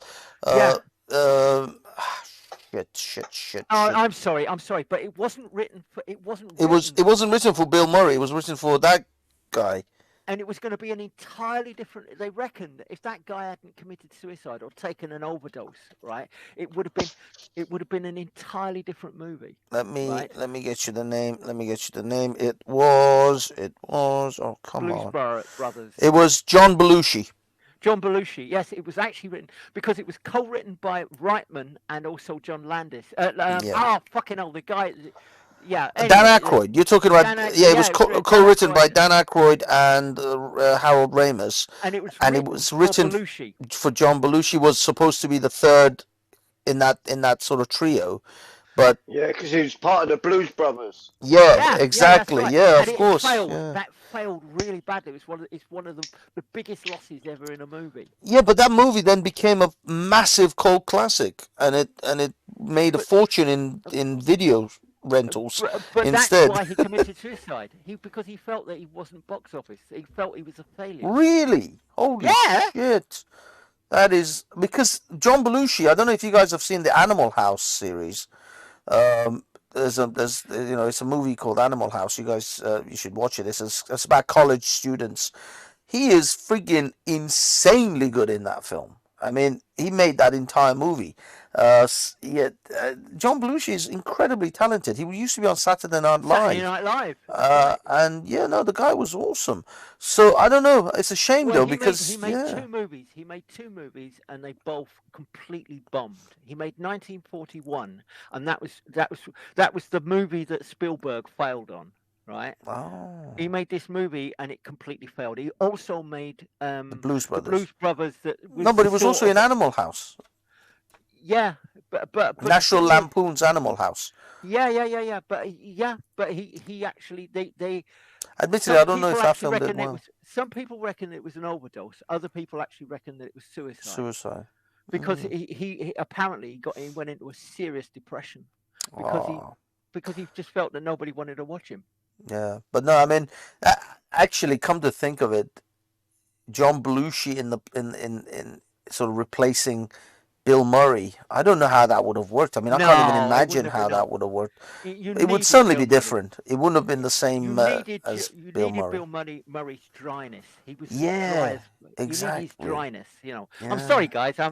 No, it's true. It's true because if you because the critical drinker actually when he did his comparisons of the 2016 Ghostbusters, the all female Ghostbusters, he didn't do a whole review of the whole film because it was all shite and everybody knows it was shite.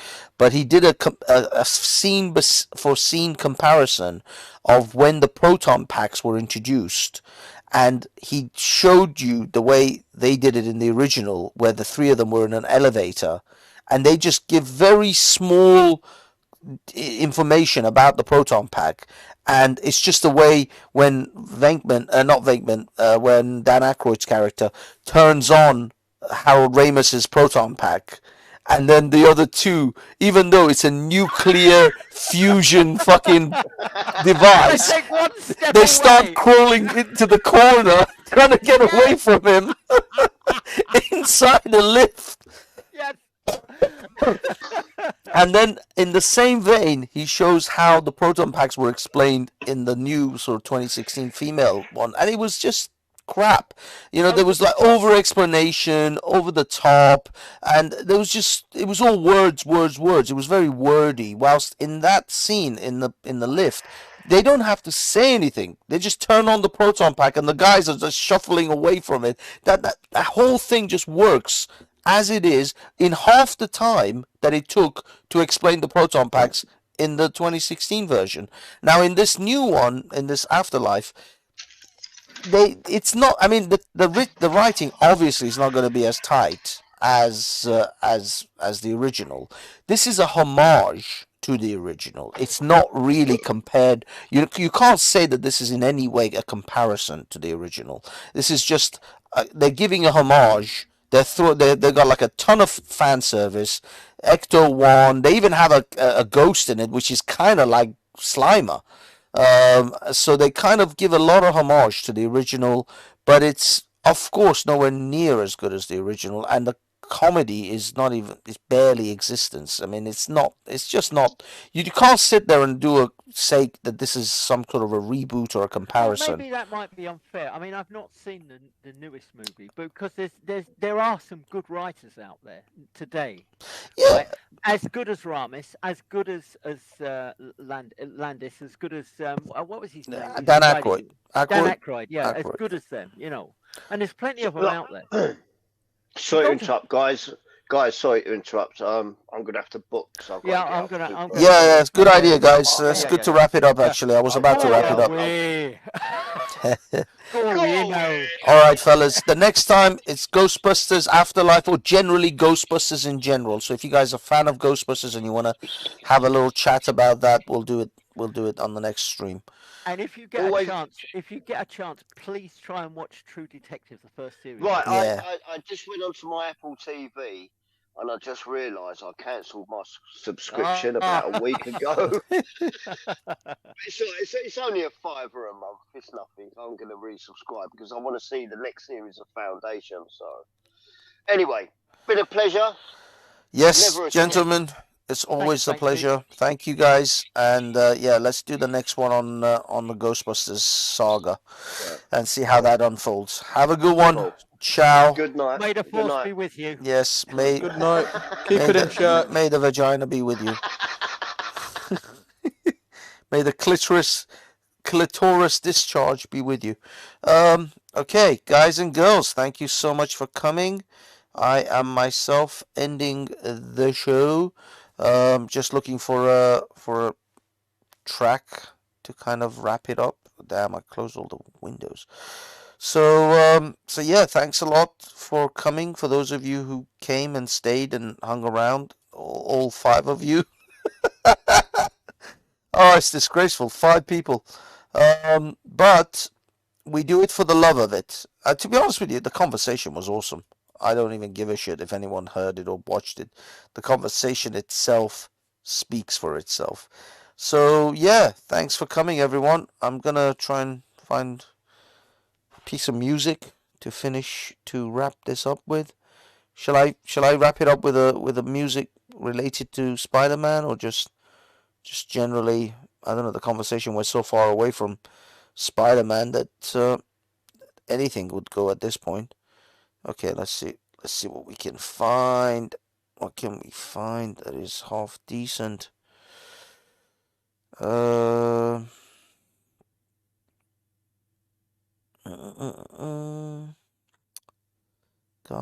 so difficult sometimes. Let's just do it on this. Sod it. This is good enough.